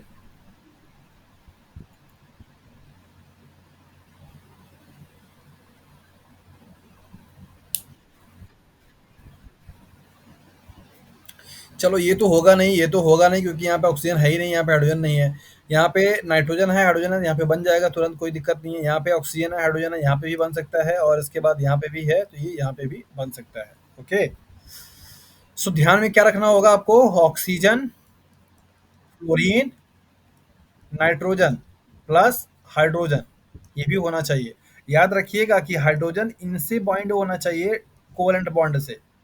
आप H2SO4 का स्ट्रक्चर देखेंगे तो आपको पता चलेगा कि सल्फर के साथ में ऑक्सीजन ऐसे जुड़ा हुआ है, और इस ऑक्सीजन के साथ में आपका हाइड्रोजन भी क्या ऐसे जुड़ा रहता है, लाइक दैट, ऐसे। तो हाइड्रोजन का कोवलेंट बॉन्ड होना चाहिए किससे? ऑक्सीजन से, नाइट्रोजन से, फ्लोरीन से। चलिए, आते हैं हाइड्रोफोबिक इंटरेक्शंस पे। हाइड्रोफोबिक इंटरेक्शन एक ऐसा इंटरेक्शंस होता है जो कि वाटर फोबिक बोला जाता है। हाइड्रोफोबिक का मतलब होता है वाटर हिटिंग इंटरेक्शंस, ऐसे मॉलिक्यूल जो कि वाटर में सॉल्युबल नहीं हो पाते हैं। So hydrophobic interactions describe the relation between the water and hydrophobes, low water soluble molecule. Okay. So hydrophobes are non-polar molecule and usually have a long chain of a carbon that do not interact with the water molecule. जैसे हम लोगों ने पढ़ा क्या है, fatty acid chain. Fatty acid chain में हम लोगों ने क्या पढ़ा है कि ये लॉन्ग हाइड्रोकार्बन चेन होते हैं। क्या होते हैं? लॉन्ग हाइड्रोकार्बन चेन होते हैं। आप लोगों ने सोप सोप का स्ट्रक्चर पढ़ा होगा, आपको पता चला होगा कि यहाँ पे लॉन्ग हाइड्रोकार्बन चेन होते हैं, और ये वाले बॉन्ड, ये वाले पोर्शंस को हम लोग क्या बोलते हैं? That is the non polar बोलते हैं। और ये जो इनका हेड रीजन होता है, इसको आप क्या बोलते हैं? दैट इज द पोलर बोलते हैं। अच्छा, कुछ नहीं पढ़ा तो प्लाज्मा मेम्ब्रेन मेम्ब्रेन तो पढ़ा ही होगा, उसमें ये स्ट्रक्चर ये पढ़ा है ना? हाँ जी। हाँ, वेरी गुड। तो जरा मुझे बता दीजिए कि ये आपको जो स्ट्रक्चर मैं बना के दिखा रहा हूँ, इसमें ये क्या है? हेड रीजन है, और ये क्या टेल रीजन है।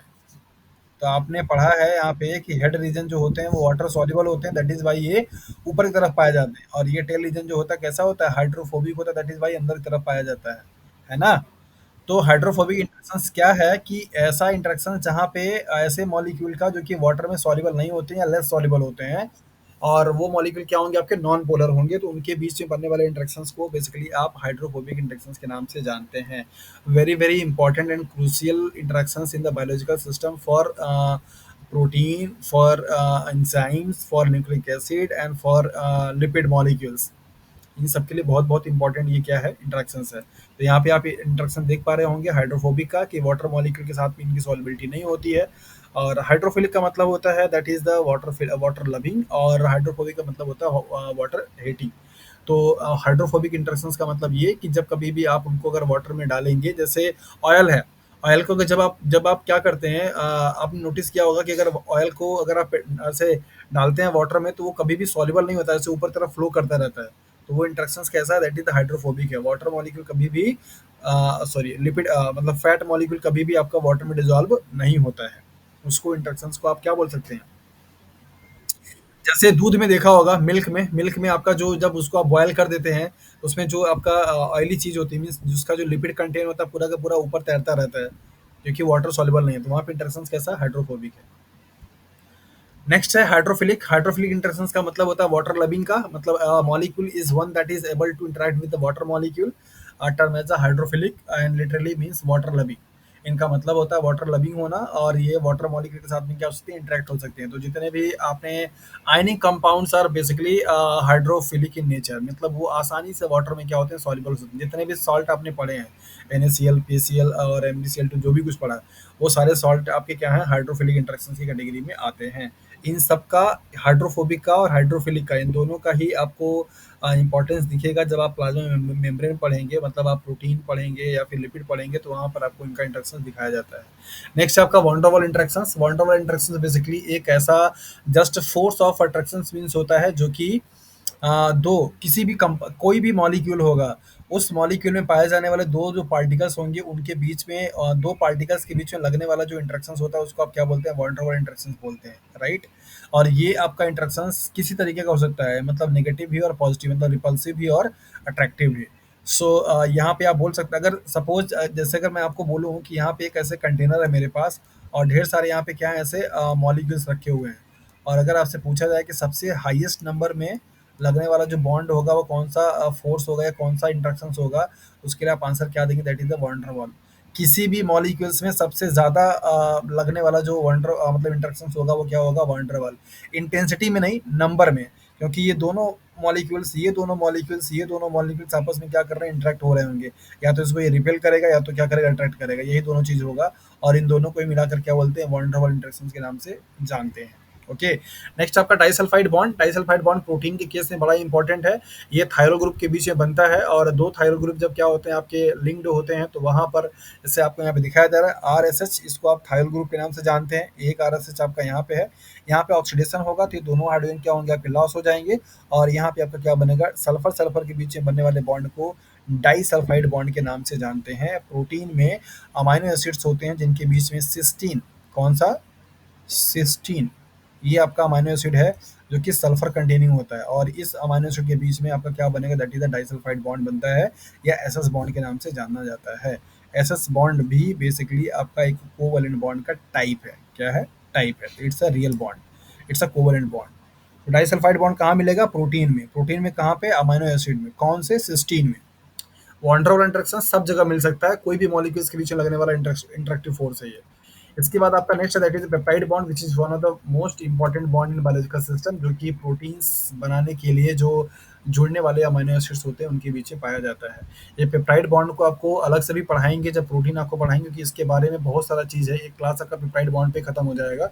लेकिन आज अभी समझने के लिए आप जान लीजिए कि जो आपका अमीनो एसिड्स होता है उनका स्ट्रक्चर कैसा होता है, कार्बन, देन इसके बाद यहाँ पे कार्बोक्सिलिक ग्रुप, देन इसके बाद यहाँ पे क्या होता है, that is the NH3 group, और इसके बाद यहाँ पे क्या होता है, हाइड्रोजन, यहाँ पे क्या होता है आपका, that is the R group.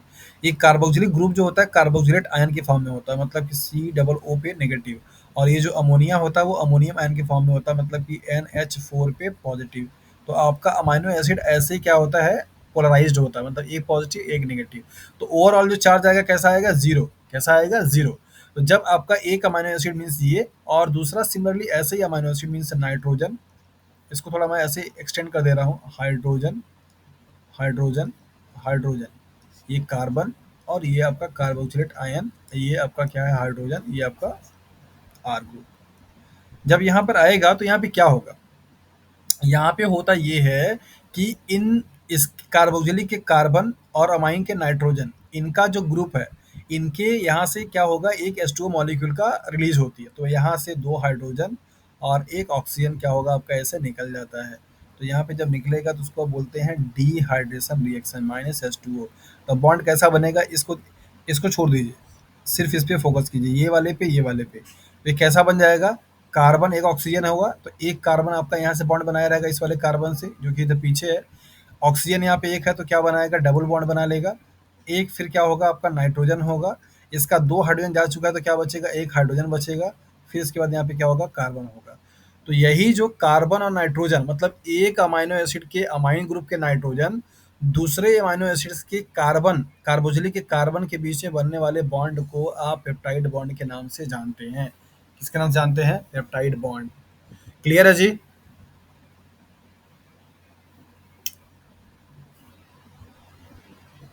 हाँ जी, पेप्टाइड बॉन्ड समझ आया।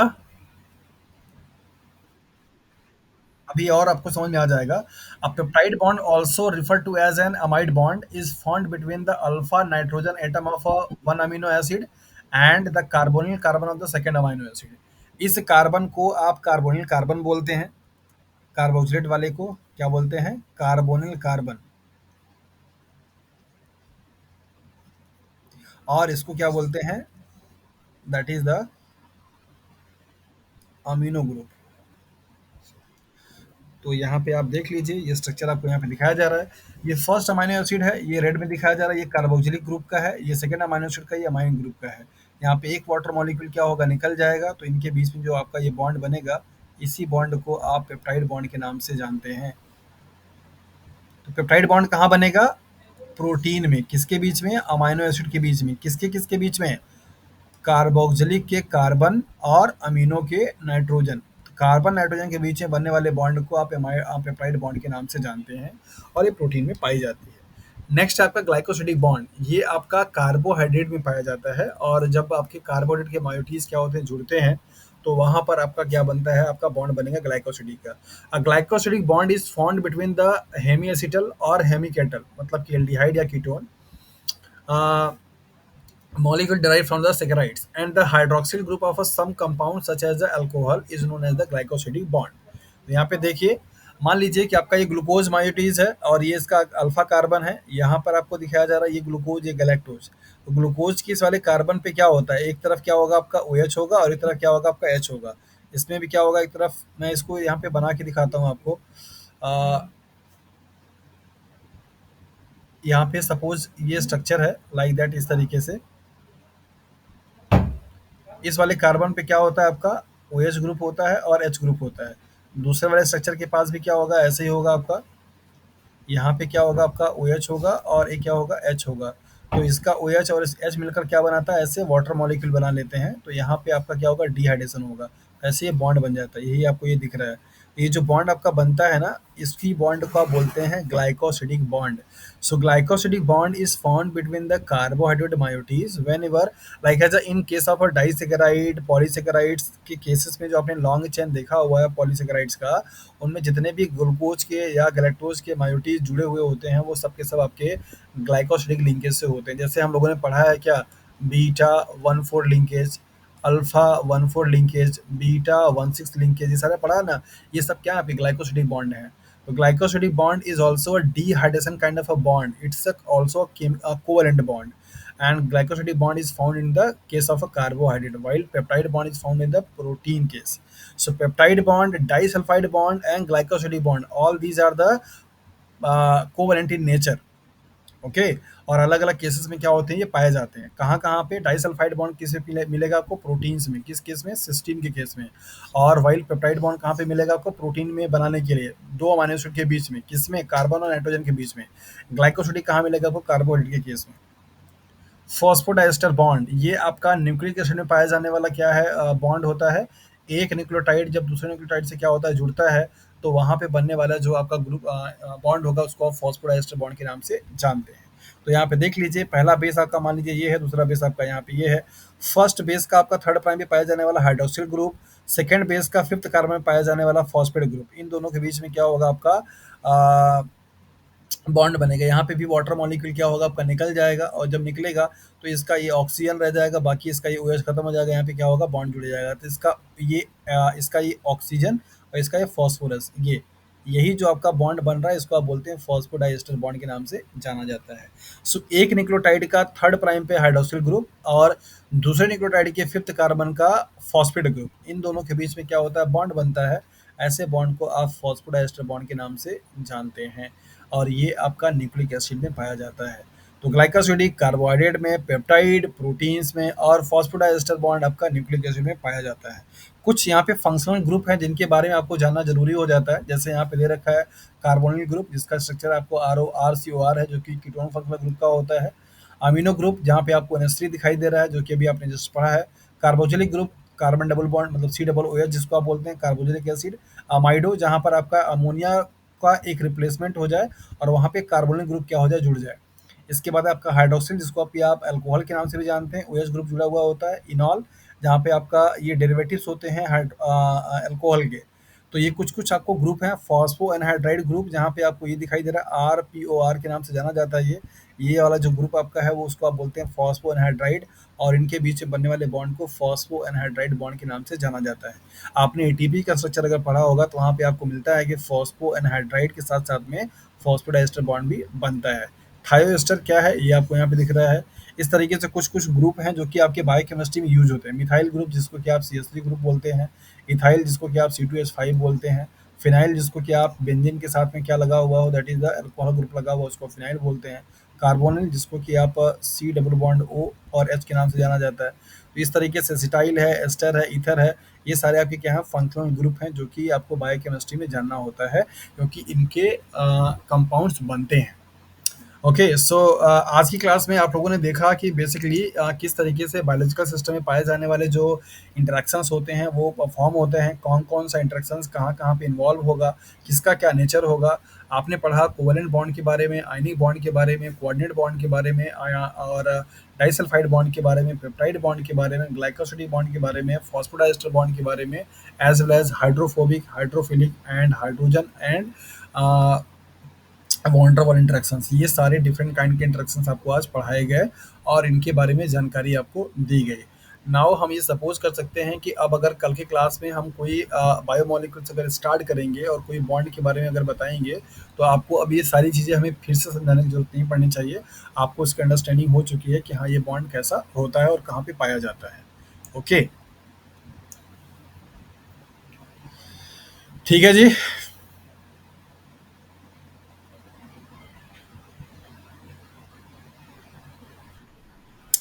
चलिए होपफुली कि क्लास आप लोगों को ठीक से समझ में आ गया होगा। एक बार वीडियो ज़रूर आप लोग देख लीजिएगा जहाँ कहीं पे प्रॉब्लम अगर किसी को होगा, बिकॉज़ आज की क्लास बायोकेमिस्ट्री कम केमिस्ट्री ज़्यादा लगी और केमिस्ट्री ही पूरा था, ज़्यादा क्या कहना पूरा का पूरा केमिस्ट्री ही था, तो आपको समझने में थोड़ी बहुत प्रॉब्लम आ सकती है। आप उसको दोबारा देखेंगे ताकि प्रॉब्लम सॉर्ट आउट हो जाएगी। नहीं होती है तो नेक्स्ट क्लास में कल आप लोग उसको पूछ लीजिएगा। ठीक है? चलिए फिर मिलते हैं कल की क्लास में। Okay, good night to all. कितना बजे?